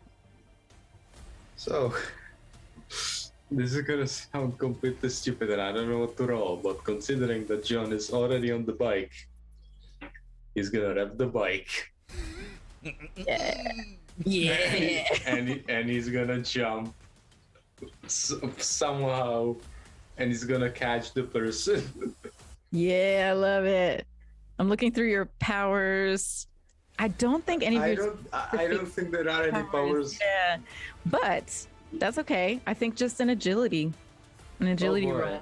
The difficulty will be, I think, just regular difficult. Your rank is what? 15. So yeah. Regular difficult for you is 28. 28. Oh god. So I click agility, or which one do I click? Oh, yeah, you're gonna click your agility modifier, so the red column on the left next to agility. I'm actually thinking I might. What does your mystical hellfire give you? Make a range attack? Yeah. No, I was gonna maybe let you use that, but it doesn't really work here. I mean, I could use the chain to catch them, but I don't want them to get Gwen Stacy'd. How do you mean? Wait, yeah, I didn't. How do you mean? What do you mean? Oh no! It's okay. You can spoil it. You say it. Gwen Stacy kind of fell off a bridge when a specific incident took place. So Gwen Stacy used to be the romantic interest of Peter Parker, and then sadly she fell to her death. Oh, okay. Mm-hmm. So here's the thing. They are setting up a tarp below. Mhm. So you could try to use your chains, which, by the way, for the people Earth 616 watching, we are flavoring web grabbing in the book for the ghost chains because there's nothing really as close to that, something that grabs things in the book. So your web grabbing, make a range attack against an enemy, but this is not an enemy, a target. If it's a success, you grab the target with your chain. If it's fantastic success, the target, that doesn't matter. And yeah, so here's what I think you can do. If you do an agility for your motorcycle dash up the side of the building, that's Yes. one roll. And then the second roll would be for your chain to try to grab this person. The range on your chain is 50. On your chain is 50 feet, so you can absolutely, once you're on the building, especially, you can totally try to grab them with the chain. And because this is a really cool move, I will give you edge on the chain grab. Yeah, let's go. What's the target number for the up the building drive? So up the building was going to be 28 for difficult. 28. Let's go. Mhm. That's a success. All right. Tell us how cool this looks with your So World War I era Harley Davidson. So you just see this World War One era Harley Davidson that's on fire, probably move faster than it should as it revs and just shoots up the building, defying any and all gravity because we are a hell monster. We don't give a damn about gravity. And once they are at a reasonable enough height, the chains fly from one of the sleeves of the uniform. All right. And yeah, let's make that chain. So I'm going to say this is challenging. So 26 is the target number. What do I roll with the chains? That's agility again? Oh, let's see. Ranged attack. Yeah, yes. which would be agility. Yeah. Okay, so it's agility again. Mm-hmm. And that's what number? 26 is your target number. 26. And I have edge on this one, right? You do have edge. And that's a success again. All right. You don't need that edge. Yeah. So now describe. I'm guessing you're not hellfiring your chain. Nope. Oh, Uh-oh. we don't hear you. We lost your audio.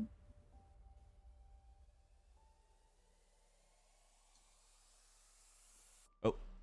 Huh, what happened? Still no audio. No worries. I could go ahead. Oh, it sounded like it was back for a second, but no. Oh, it's Did I move? Oh, Oh, there we go. there you are. There you are. Okay. I think it had a bit of a contact problem. It's fixed now. So as he's shooting up the building, once he's at like the correct angle, he's just gonna almost leap off the bike. And kind of use the chains to kind of like direct them towards the tarp, so they don't overshoot.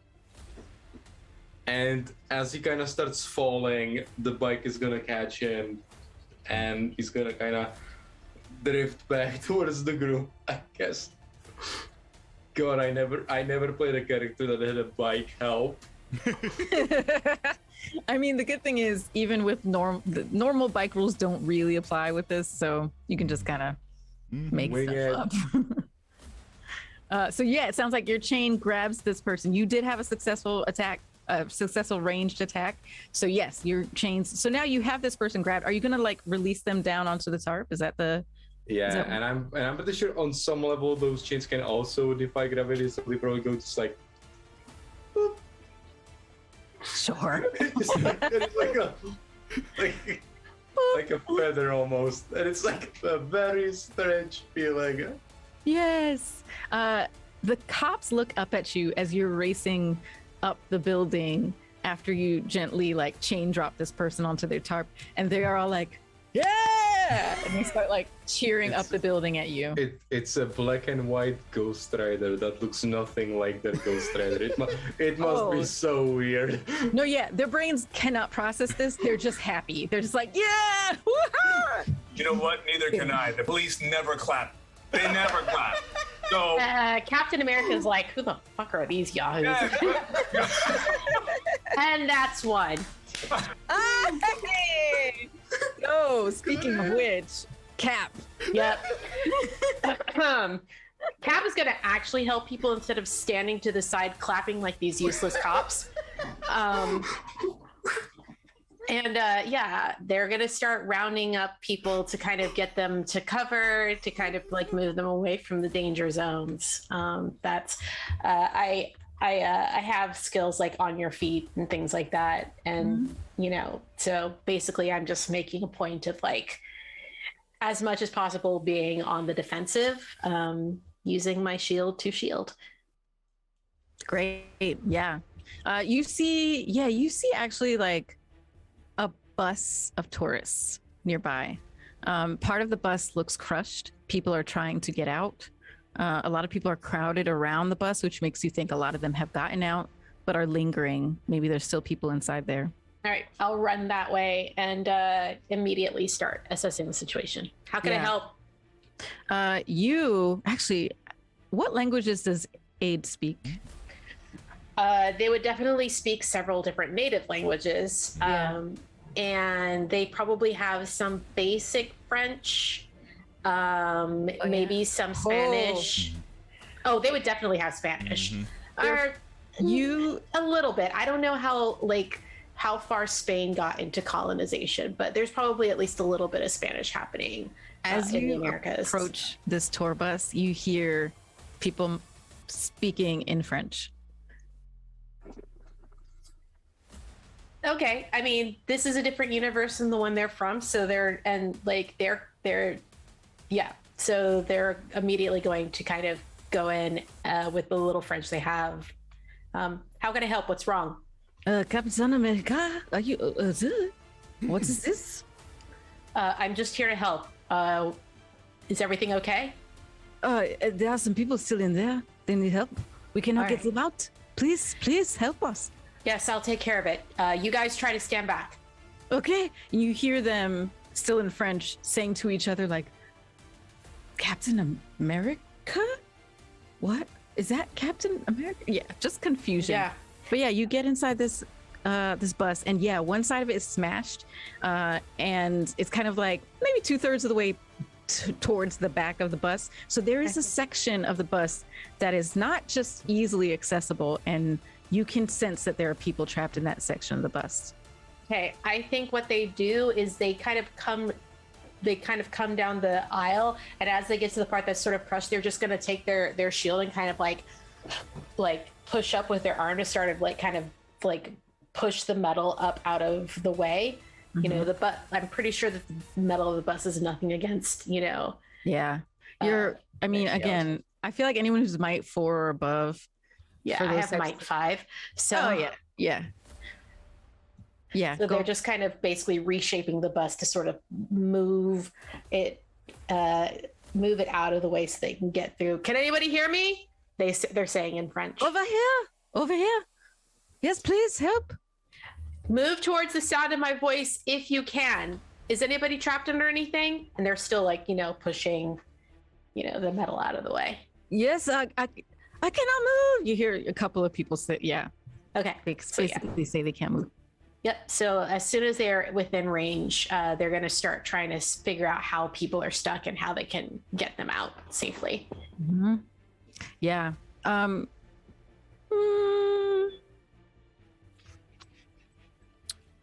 Yeah. So there's 7 people back there. They were all trapped in this section, but 2 of them in particular were sitting on one side of the bus, and the seats have them kind of squished. There's a back of a seat, and then the seat they were sitting in that they just can't get out of. Burritoed in. You realize when you see their situation, if they had been crushed anymore, they would have lost their lives. They're lucky that it stopped crushing them when it did. Yeah. Okay. Are you in pain? They actually, the other ones, the other people felt more like aware and lucid. These two people feel like they're a bit in shock. They're not really responding to you in a lucid way. Would you say they have the stunned condition? Oh, yeah, we could say that. Then I have a skill from Tactical Mastery called Keep Moving. This character can keep allies moving under fire. The effect is that demoralized or stunned condition ends. Any ally within line of sight or earshot is demoralized or stunned is the trigger. So basically, Captain America, like as soon as they get closer to them, like it's just, I'm here to help you. I'm going to get you out of this. I need you to take some deep breaths for me so that I can help you get out of here.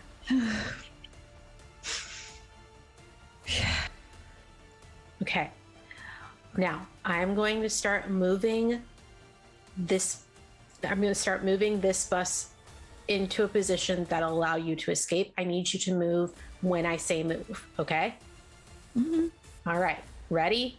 1, 2, and then they just start heaving, like punching, hitting, however they have to like reshape the surrounding area to give them the space to move out.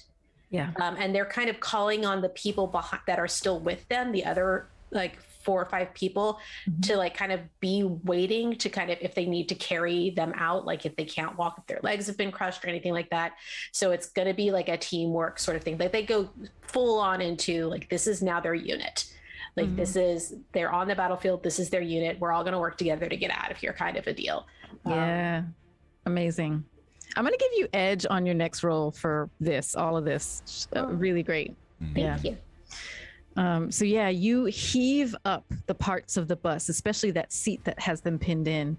And when you say, go, go, go, they start to try to scramble up. One of them, not stunned anymore, is lucid, but realizes like, yeah, I can't get my legs to work. Maybe just a little squiggly and scared still. So the others, kind of like heeding your call as the commanding leader of this platoon here, pull and scoop up these people out of their trapped seats and get them out safely. And then I immediately order them all in French to like find cover and get as far away from this street as possible. If they see any like paramedics or ambulances or anything like that, stop for medical aid, and then turn my attention to the next set of people. And that's my turn. Okay. Excellently done. Those folks scurry away and try to find cover, and you're back out on the street looking for more people to help. And that's your turn? All right. Divinity. All right. So to clarify, we see the creature heading towards the crystal, correct? Past. Yeah, you flung it and it went past. Since you missed the crystal as your target, it goes past it. Is it staying around the crystal, or what does it seem to be appearing to do right now?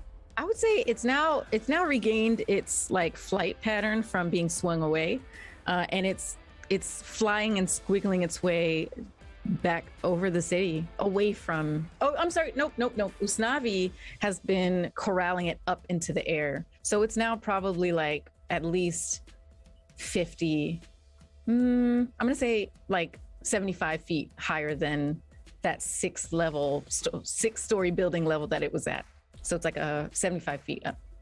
Perfect. So Divinity looks towards Morningstar and just says, I like that idea. and they're going to head towards where the crystal is, which, if I recall correctly, is a relatively large size. However, Yeah, it's like a third of a mile in circumference. I think I'm still saying the wrong one. It's either diameter. It's a third of a mile wide, but it's rounded with slatted sides. Perfect. Go ahead. And so, fortunately, due to Divinity's relatively strong nature, they can lift 2 sizes larger than the highest size class in the book. So they get underneath this crystal. You just see like their muscles bulge, and they're going to try to push this crystal up into space because they can breathe in space. Interesting. Mm-hmm. What level are you? What rank? Right now I'm rank 15. 15. Mm-hmm. Mm-hmm. So,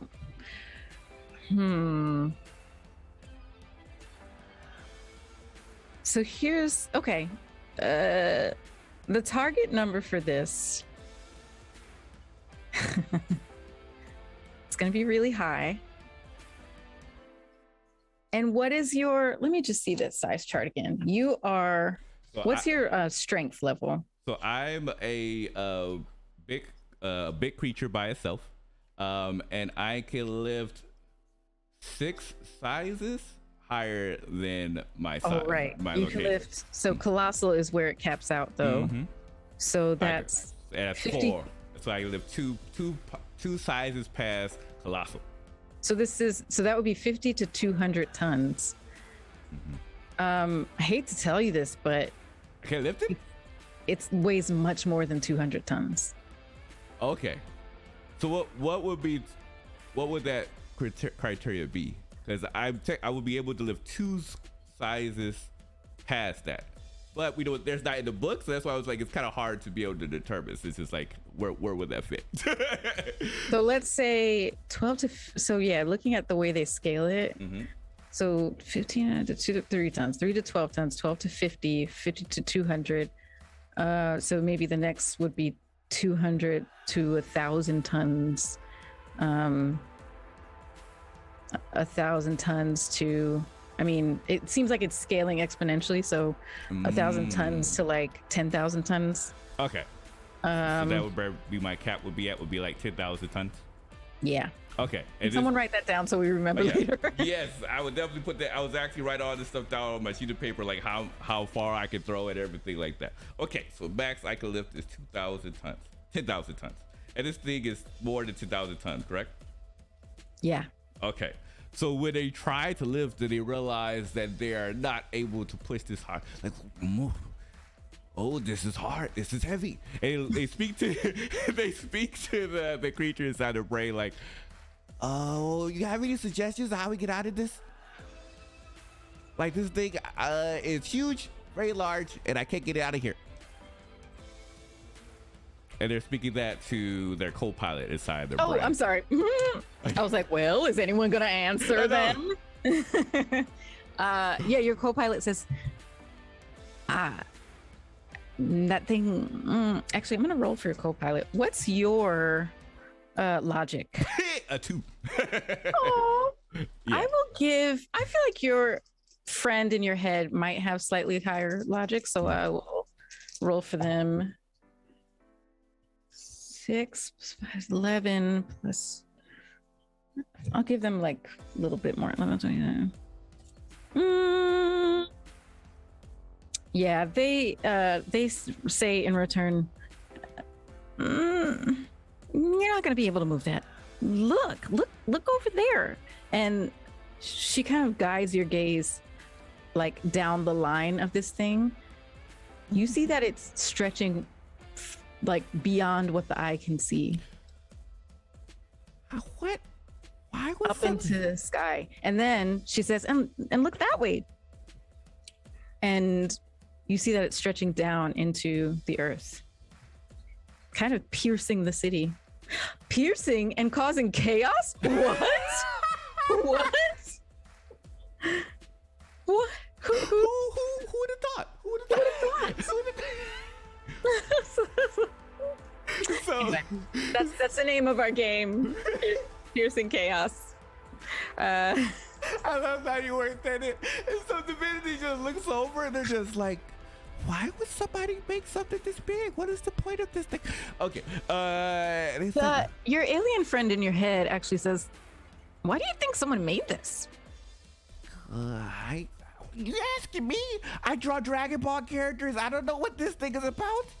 It's a crystal. Crystals are made by like planets and stuff from the earth, and heat and minerals. Oh. Wait a second.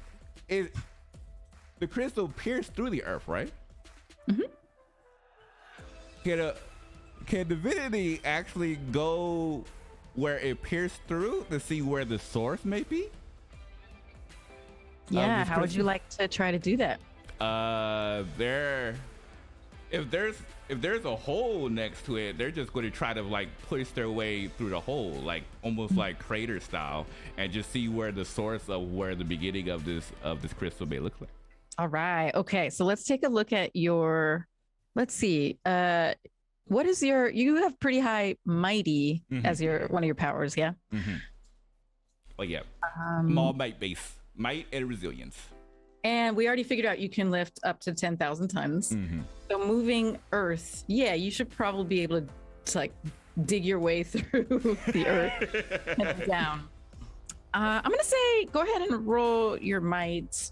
It's gonna be difficult, which is at level 15, 28 is your target number. Okay, I'm good. Okay, don't even have to roll. Right. Oh goodness. Okay, yeah, this reminds me of another game I played with Sam Delev where they did not have to roll some things, just like, no, I'm good. Sam, you are inspiration. Yep. Okay, so yeah, you like burrow down into the earth along the side of this crystal, and when you get to another maybe like 3 miles down, it stops. It ends. And what you see, you've like carved out a tunnel next to this crystal, which by the way is translucent with a tiny bit of like a white tinge to it. So like, yeah, you've seen like white crystals before. It's kind of like that, maybe a little bit more translucent than what we typically see in our world. But you burrow down next to it and you notice a couple of things. You can see, I'm not even going to have you roll vigilance because you're right next to it, even though it's dark. But on your way down, you saw this. You saw the shapes of what looked like, how do you describe? Creatures with spindly legs and like round bodies. There are kind of several different types of them. You just see the shapes of them inside the crystal. Some of them are not moving. Some of them are moving very slowly. The second thing you notice when you get to the end of the crystal is that there is some type of energy field that it seems to be protruding out of, and it's blue in color. So when they see the creatures inside, what is they're just going to knock on the crystal and be like, Hello? Is anyone there? Okay. We are still in initiative, but this is the bottom of the round. I'm going to say we'll pause there. Okay. And we'll come back to you and see what happens. And I'm going to write knock so I remember what just happened. Okay. You knocked on the crystal. All right. And now the monster's turn. The monster is being corralled up into the sky by 4, not sunspots, but morning stars. And I think it's just going to see if it can break free of your influence. So I'm going to have it roll its ego, which will be ego. Oh, yeah. Okay. Oh, wait. Really? I think. Using the calculator. Oh, this thing is smarter than it looks, or at least in this one moment it is, because it veers its head, if that's what you want. I guess it's a head, a face towards one of the morning stars, and it jabs at it, breaking that illusion. Goes through the hologram. Is there what happens with your effect with this power if if someone sees through it, or Is there anything? Based on it, I believe it can roll a check to disbelieve it. So I imagine that if it doesn't believe any of one of them, it doesn't have to believe all of them. I don't think. Oh, so it can roll a check to disbelieve. You said. I think it just did that. Yeah. So I think that means it'd be free of all of the entire illusion, since Oh, it's all dang. considered one thing. Okay, then it's gonna come. Well, that was its standard, standard attack, standard action, to disbelieve. Or no, actually, it was responding to the effect you put on it. So I'm gonna give it another action, and I think it's gonna go after you. Not It's gonna afraid. try to eat you. I am not afraid, of course. Ooh, there's a 1 on my Marvel die. Okay. Sound so happy about that. I am. I'm a Welcome happy to- monster. Welcome to the other end of the balance, Ree. What is your might? Yeah, I don't or- want to hear it from you. I do. My defense is 22. And what's your agility? 31. Defense. Oh, well, if you had tried to dodge it out of the way, you would have still not made it. This thing, you see its mouth, circular. As you are peering into it and it comes at you, you see just teeth all around. Terrifying, disgusting. It closes in on you and swallows you. Or at least closes its mouth around you. I guess we'll see what happens next because we're at the top of the round and it's your turn, thank God. Well, What do you do? Snavi is not the most intelligent person, but this makes perfect sense to him since he is inside of another thing. I'm going to spend 30 points of focus and concentrate. Instead of absorbing sunlight, I will release it all in one explosion. And I'm going to use supernova as my ability. Dope. All right, so how does supernova work? I have to spend a lot of focus. And it That's gives, the first that's step. the focus does more damage. Is that what it does? Not for this one. This one is just a pure damage. So I make an agility check that compares the agility defense of every enemy within 25 feet. Ah, Any enemy the attack succeeds against takes ranged physical damage, and if they have a line of sight to the character, they're blinded. And then if there are other enemies, I can do that again. okay. So Then compare the attack against the agility. Okay. All right, so yeah, go ahead and make your ranged attack. You're inside this thing, so yeah, that's 25 feet for sure. so I have. I'm gonna And karma, again, so I can re-roll you are rolling the against number on one of these. 40. Is there a penalty to its defense since I'm inside of it? Oh, good call. Actually, yes, absolutely. From the inside, I would say that's a good. Should I bring it down to half? I would say 25. I rolled Thing is about to get draxed. 10, 13, 33? That will do it. So 33 to hit, and it's gonna take a lot of damage. Okay, how much? Let me just math this. 46 plus 3d6. So I'm ready to math when you're done mathing. 56. 56. 56 total. 35 plus 11 plus 36. Yep, 56. Okay. Do you have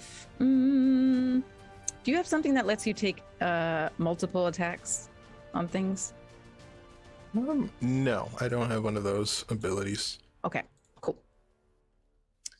So I'm being too nice, I think, but also I do think it is valid to say that if you are attacking this thing from inside, it's going to do more damage.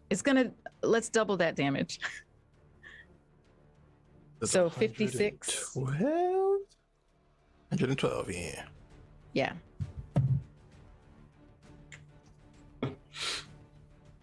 Loaded.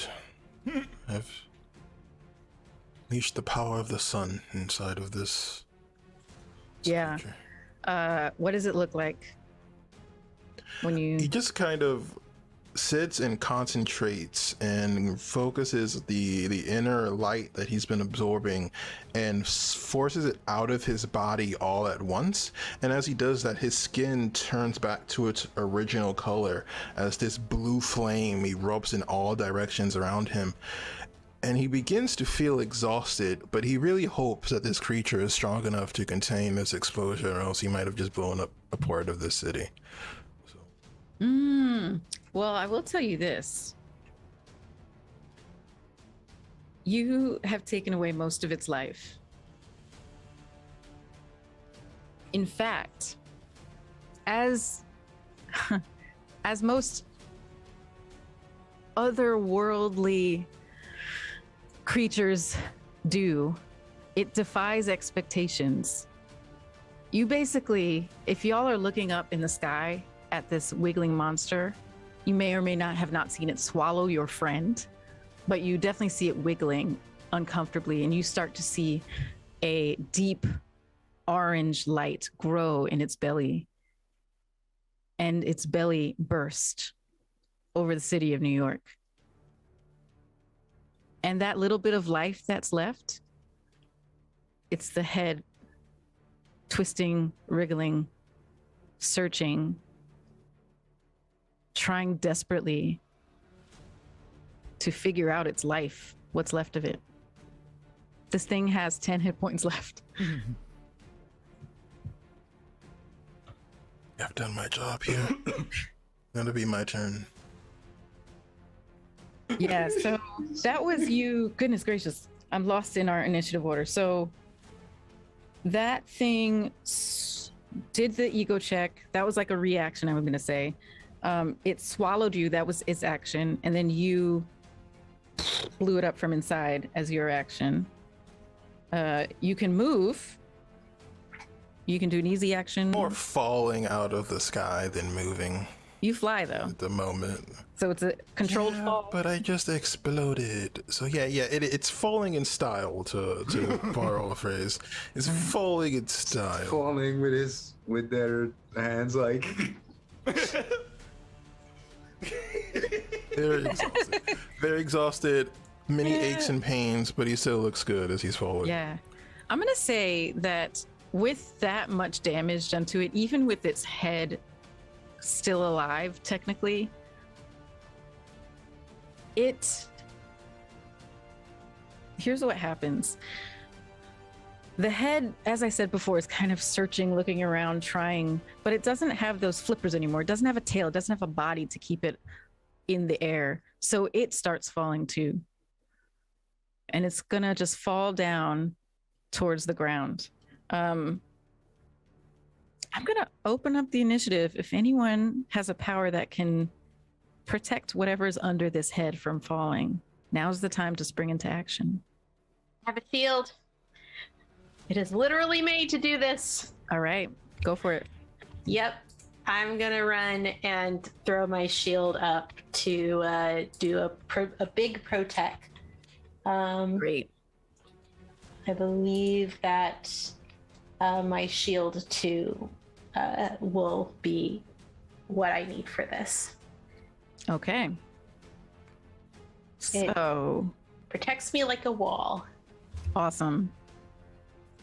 What power does this use? Oh, shield 2? Is it like the shield? The character has 20 damage reduction versus health damage dealt by any attacks against the character's agility defense. So basically it's me putting myself between anyone who's about to get hit and this thing that's falling, essentially.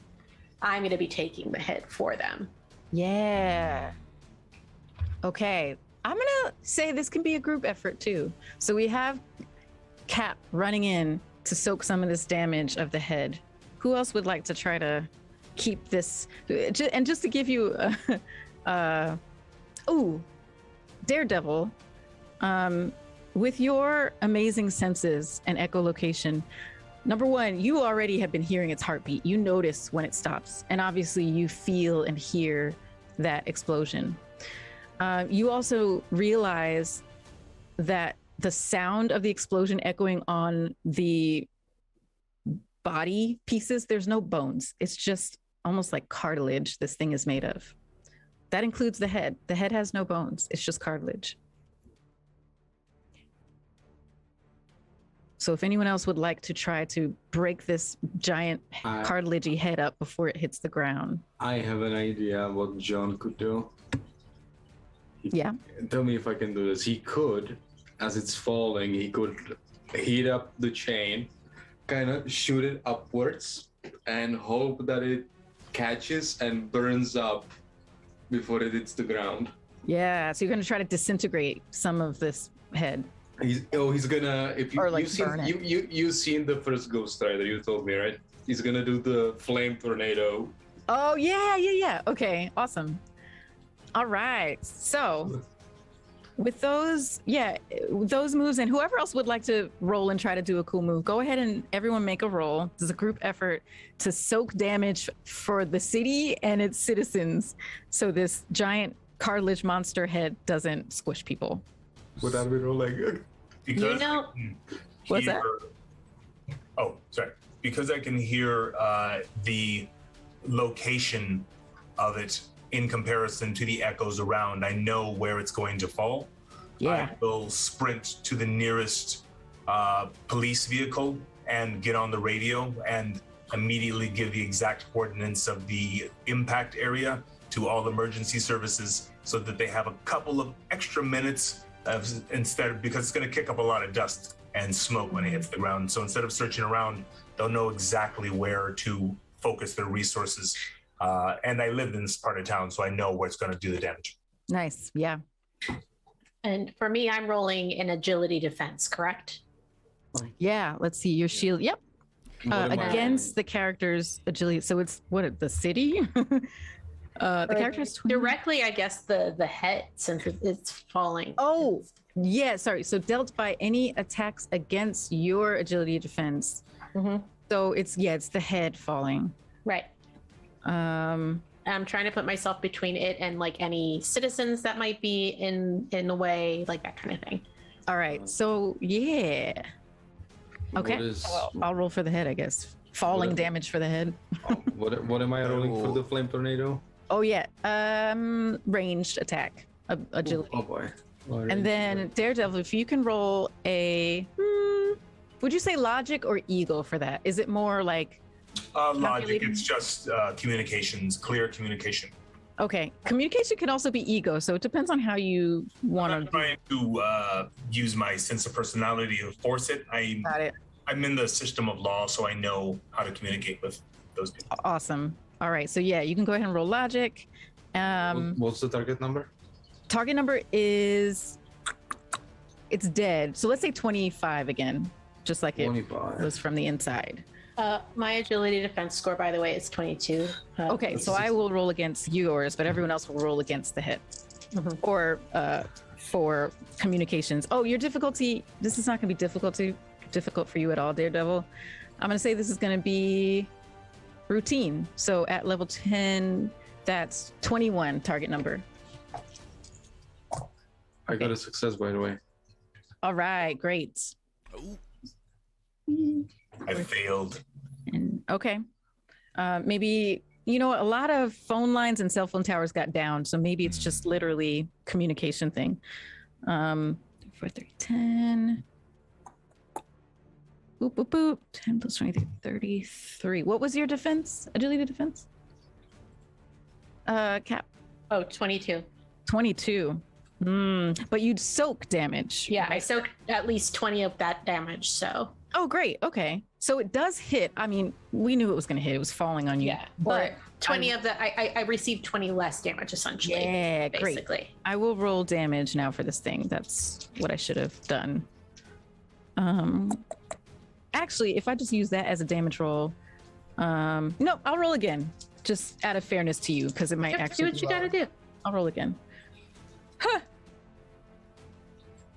It's about the same. So yeah, let's say 30.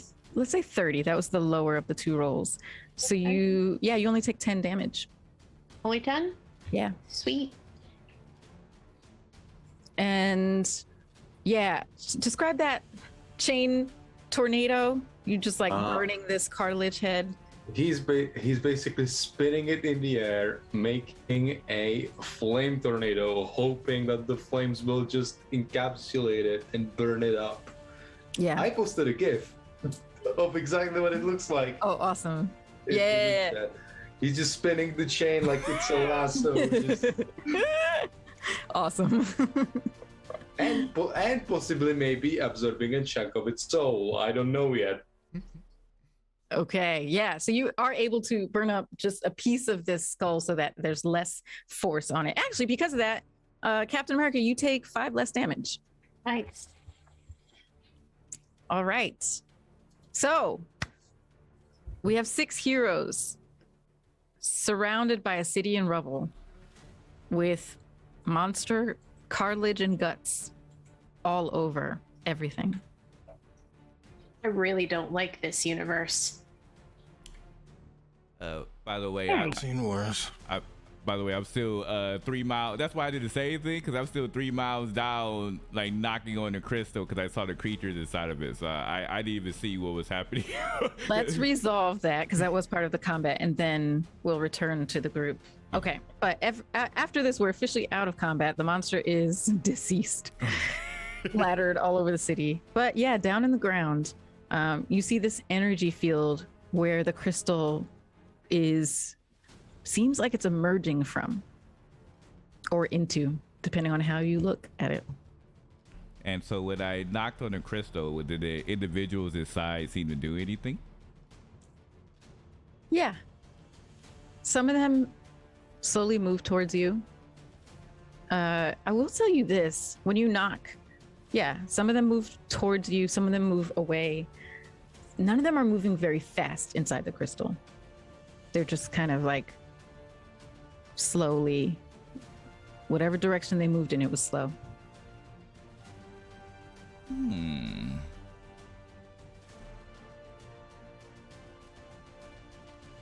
you talk? Do you understand the words that are coming out of my mouth? You don't get any reply or response from these creatures.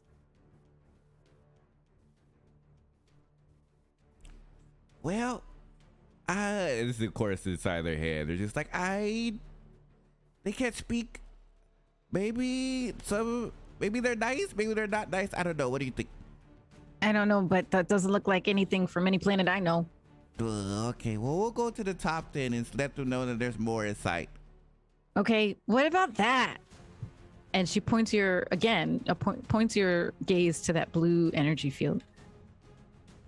What am I supposed to do with this? Like, should I try to break it? Should I punch it? What do you think? I don't know. Why don't we both roll logic? Hers is only slightly higher than yours. Yep.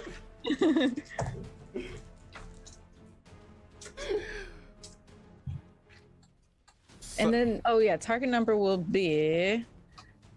I think we're just trying to get info, just seeing. So it'll just be challenging, and the more success you have, the more info you might get. What level are we? 15. Mm-hmm. Oh, she just made it. She rolled at 26 is the target number. How did you do? So I don't know how, because this sweet bead is not the smartest tool in the shed, but they got a ultimate success with the 6'6". So that's why I was like, what? I was like, God. I was not expecting that. I was like, okay. That is awesome. That was so weird. I was like, how does this work? Like, I was like, okay, I guess. Above game, I will tell you this. Mm-hmm. That was a perfect thing to roll on this particular thing. Oh, really? Oh, okay. Yeah, this whole time, it's been this strange mystery of why is there a giant crystal piercing not just one realm, but many multiverses? How? So 2 things you realize with that fantastic ultimate success. If you hadn't realized it before, which maybe some of you had pieced together, it's all connected. Mm-hmm. This is all the same crystal. But what you in this moment, Divinity / Orion, realize when looking at this blue energy field is, and maybe in that simpler, like 12-year-old mind way of working through things, you're like, wait, something about this energy emanating from it reminds you and feels very similar to those star portals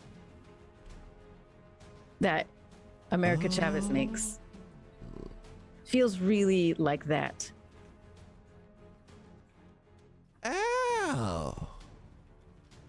Wait. Why does it feel like American Chavez's star portal?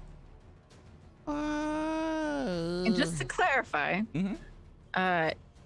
it's not the same because hers are super specific and you've been around them a lot. They're always in the shape of a star. You know that.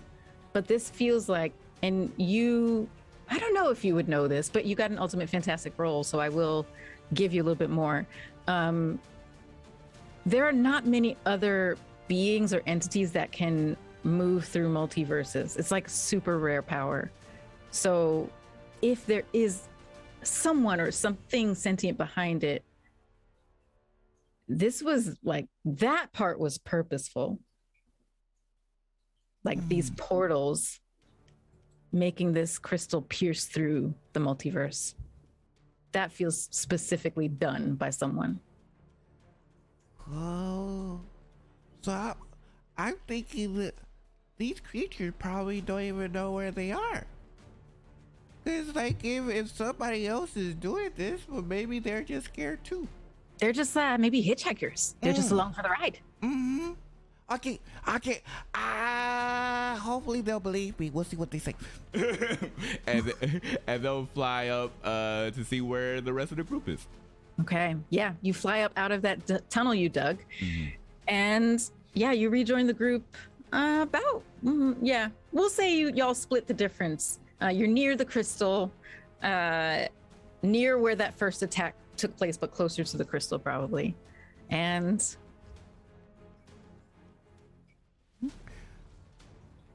actually, if I may, if there's nothing else, actually, let's do a little time skip because you all are heroes. You would still be helping people at this point.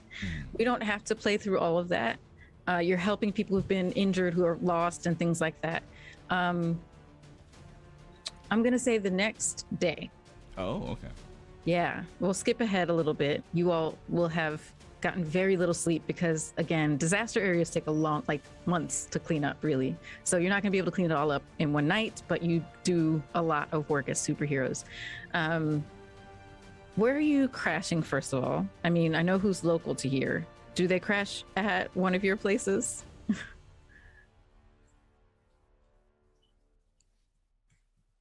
Electra probably wouldn't offer. She's just not that type. Yeah.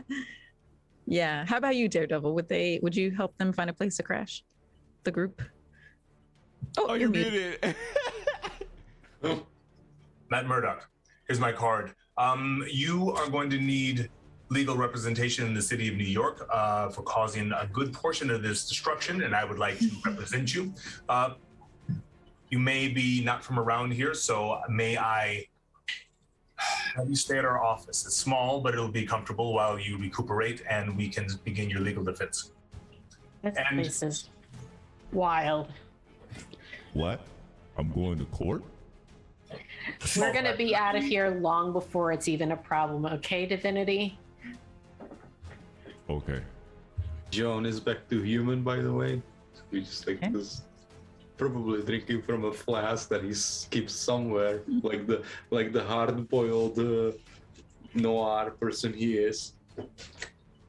Pretty convenient that that creature was strong enough to survive a supernova without blowing up the rest of the city. I didn't know that would happen. I just hold the door open to my office. Okay. App goes in, but yeah, they're kind of looking around, sort of like everything here is so different from what they're used to, so it's a lot. Mm-hmm. Everything here is in color. What is that? What? Nothing. Yeah, when John says that, Electra, you've met John before, but Daredevil you haven't, and you notice there's a strange pallor to his skin. It looks kind of almost like somewhere between grayscale and sepia. Does he have the faint scent of sulfur to him? Oh, Yes. you tell me. Yeah, yeah. Yeah, he is kind of weird. Yeah. When he walks by me into the offices, I take note of that and match that smell against the smell that I smelled very strongly during the fight, but I don't say anything yet. Mm-hmm. Who else is walking into the office?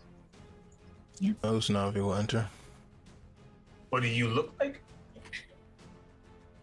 In his current state, he looks relatively normal. He probably still smells a bit like hot air, Ozone. superheated air. Ozone. Ozone. Yes, ozone. Very That's not normal. not the best smell, but None of us what's are inside of a giant worm. anything remotely close to normal. Nice lettuce. Divinity will walk inside as well, probably bending their head down as they try to go through the door. And yeah, they kind of smell. Would space have a smell? Like there probably wouldn't be a smell. Maybe just like probably like nothingness. I'm guessing. I wasn't expecting that. I thought that was a wall. So the entire hallway shortens for a second. I get out of the way, and I feel the weight of each footstep in the floorboards. I have him sit on the desk. I don't want to ruin any of my small furniture. Divinity will actually, when they hear the creaking noise on the floor, they kind of like sigh just a little bit, and then they just start floating a little bit in the air to make sure that they're not really touching anything. This happens a lot. Electra follows in and kind of looks at everybody and kind of stands towards the back and just whispers "nice" down into Daredevil's ear with the hole and kind of flicks his glasses. I turn towards her. So this is not the Avengers. Do they bagels, coffee, locks? What? Probably. Although none for me. I have a feeling that smell of burning face is going to linger in the city for a long time. John does like a because you assume it's him. So that I can prepare the reports, what are we looking at? What is that thing out there? It's a crystal. I believe it comes from a universe not of our own. All of our universes has been attacked with the same thing, and they have a energy very similar to someone we recognize. And they'll look towards the others, kind of like giving a nod of like if they should mention a name that they associate with, aka should they mention wow, I forgot her name for a second.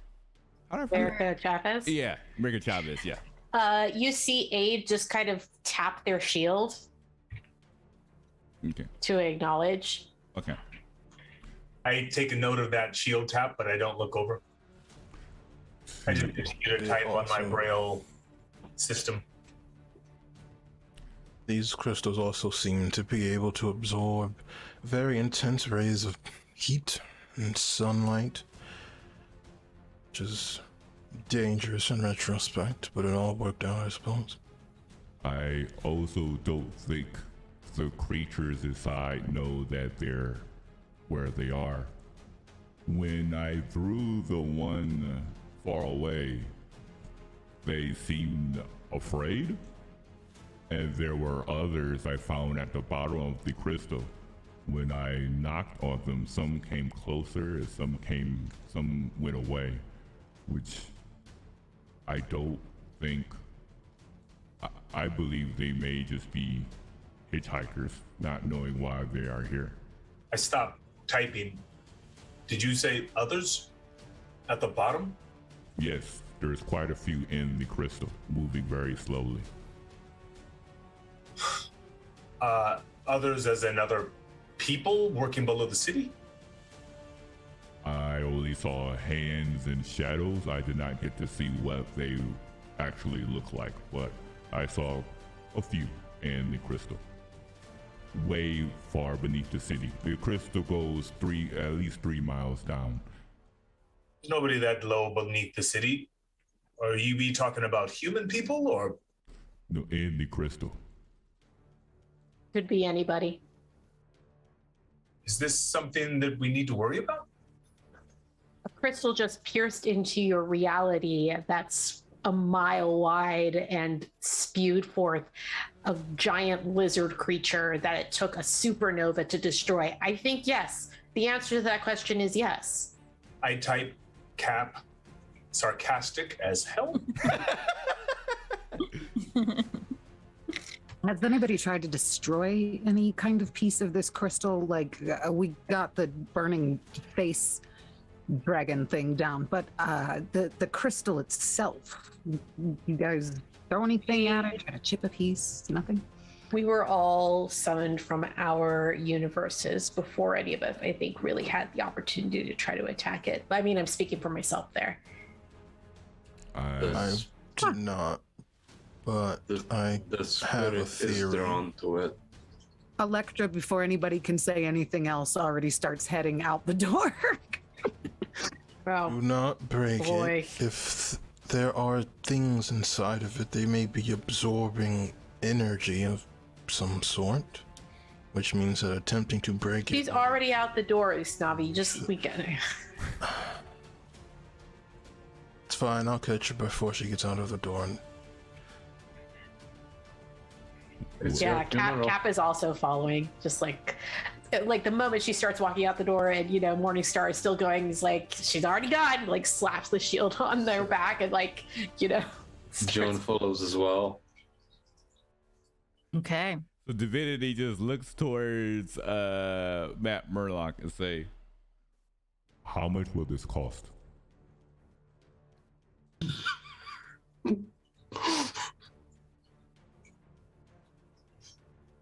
That's up to the city of New York to decide. But you acted in good faith and tried to help the city, so it's my job to make sure that they understand that. I Can mean, you the stop this thing? Can you protect the city? I think so. I can. I would try my best. But I mean, how much would it cost for your lawyer services? I don't think you take 2K VC coins, so I'm not really sure how much it would cost. I am just an attorney, but I have a feeling what you do requires more sacrifice than most people understand. I Don't. be defending you to the best of my ability while you defend the rest of us. Go do what you need to do, and I will do what I need to do. I will get this information that you've given me to the right people. And do me a favor. Yes? Make sure that Electra is okay when you go out there. Oh, I could do that. Why just Electra?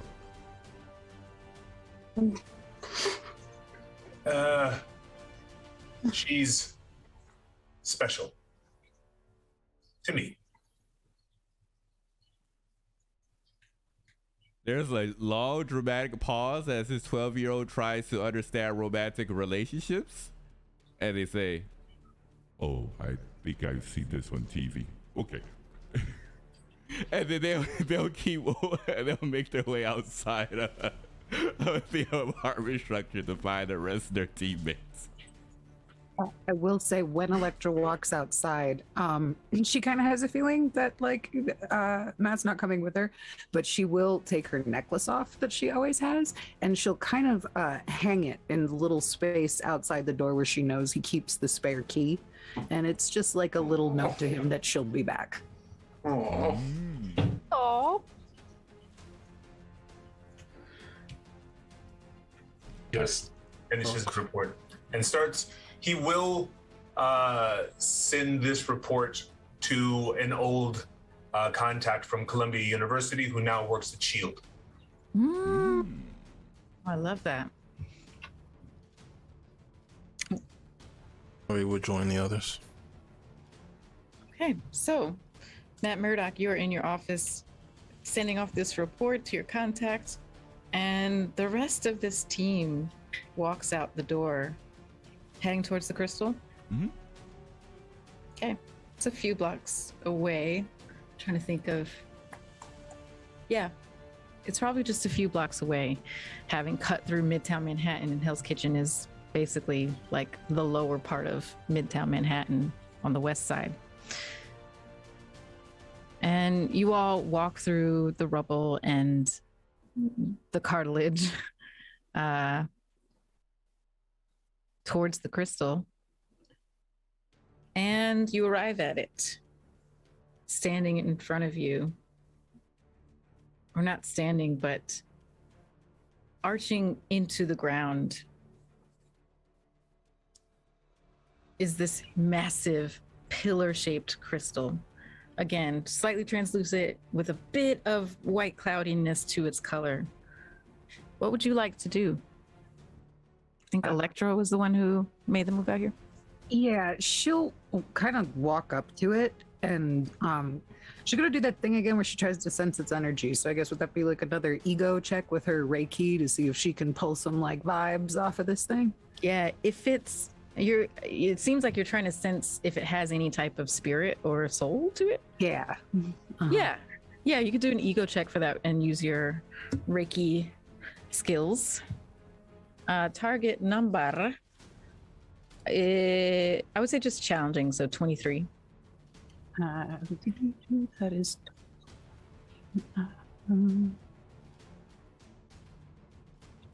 I got 20, but I did get a good success. So I got on the Marvel die. So another fantastic fail. Okay. Fantastic failure. You actually don't even complete the full Reiki vibe check because a bulbous, translucent thing juts out of the side of this crystal towards you. I stab it. Okay. Yeah. Go ahead and roll an agility attack. I should say a fight attack using your agility. And I will say, Divinity, if you're here watching too, you will notice that it is a similar shape as to the creatures you saw inside. They kind of had like an oblong, roundish shape to their bodies. And some of them had like weird appendages coming out in different directions of different numbers. There were a lot of creatures that were kind of like in that realm. Some of them actually were like long and serpentine as well.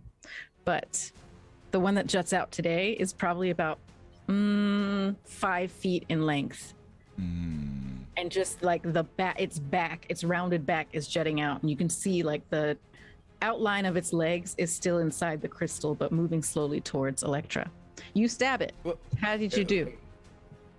Was it attacking? 25. Was he attacking Electra, or was it just coming out? You don't know, and she moves so fast, you wouldn't have time to even think. Oh, okay. Yeah, so stab. The defense of this thing is coming out of the crystal. The part that's outside of the crystal will not be as strong as the crystal itself. So I would say, where is this thing's? Its defense is pretty low. I'm gonna say 15. Ooh, so yeah, that's a hit. I got 25. Yeah. You pierce it. It stops moving towards you. And it just kind of... You see the appendages, the outline of those appendages that are still on the other side of the surface of the crystal, kind of moving, trying to move, still slow inside the crystal, but like you get the sense of urgency from this thing now. Do you, can you roll damage on your attack? Yes. And I think this one I could do this way. It'll let me. Is there a num? Oh wait, I think that doesn't matter this time. Oh, right, the damage. I already Yeah, rolled that. just tell me the damage. 40. You did 40 damage. Mm-hmm. This thing stops moving. Ah, look! If you act fast enough, things don't attack and destroy your entire city, and then smell like burning face.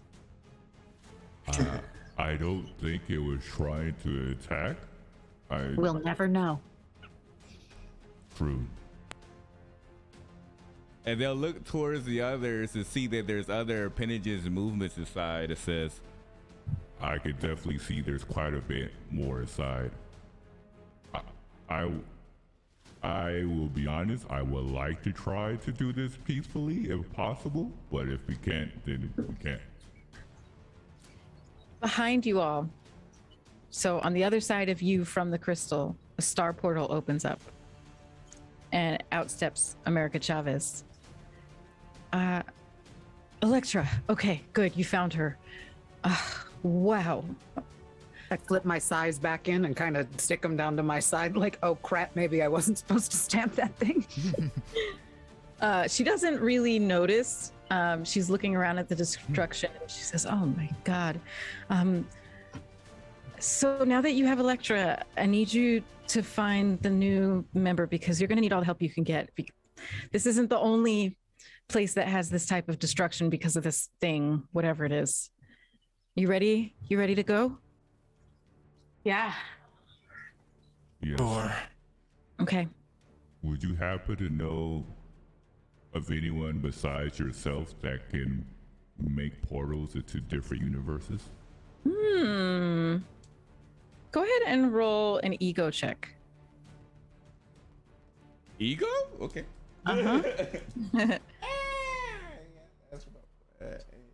you can do it. I believe in you.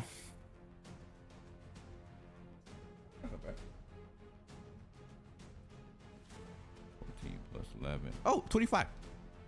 Okay. She rolled lower than you. So when you say that, you see something flash on her face. And she kind of shakes her head and says, no. But you can see that she clearly is hiding something. Divinity just like give them the you ain't got a lot crack look, but it's behind the mask so they don't really see it. And as they do so, they just keep that in mind, but they're definitely going to discuss about that with their co-pilot at a later time. Yeah. And behind her, she shifts the portals to go to the next universe. From my perch outside the multiverses, I think this one is T2637. Yes, that's right. T2637. Yamaya. You all are being sent to find Yamaya in a new universe to you all. And if you're ready to step inside the portal, you will enter that universe and be in the next leg of your journey. Let's get it moving, y'all. I'm ready. Okay. Electra, would you like to send Daredevil a message before you leave the cell phone range of this multiverse? Yeah, she sends him a text that says, needed elsewhere. I'll return soon. Basically, like, don't worry kind of stuff. But then does kind of close it off with a little, keep doing some research around this side of things. And if I need help, I'll try and dip out early. Daredevil, do you send a reply? Oh, you're muted. Oh. Hit it again. Don't worry? She never says don't worry. You know what? We almost died today. I'm gonna call her. I'm gonna tell her how I feel once and for all.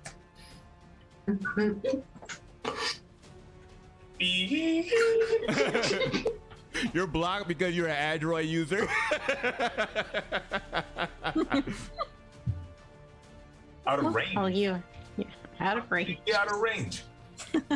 And with that, we will end this session with Daredevil trying to get signal, but you all are through the portal and into the next universe.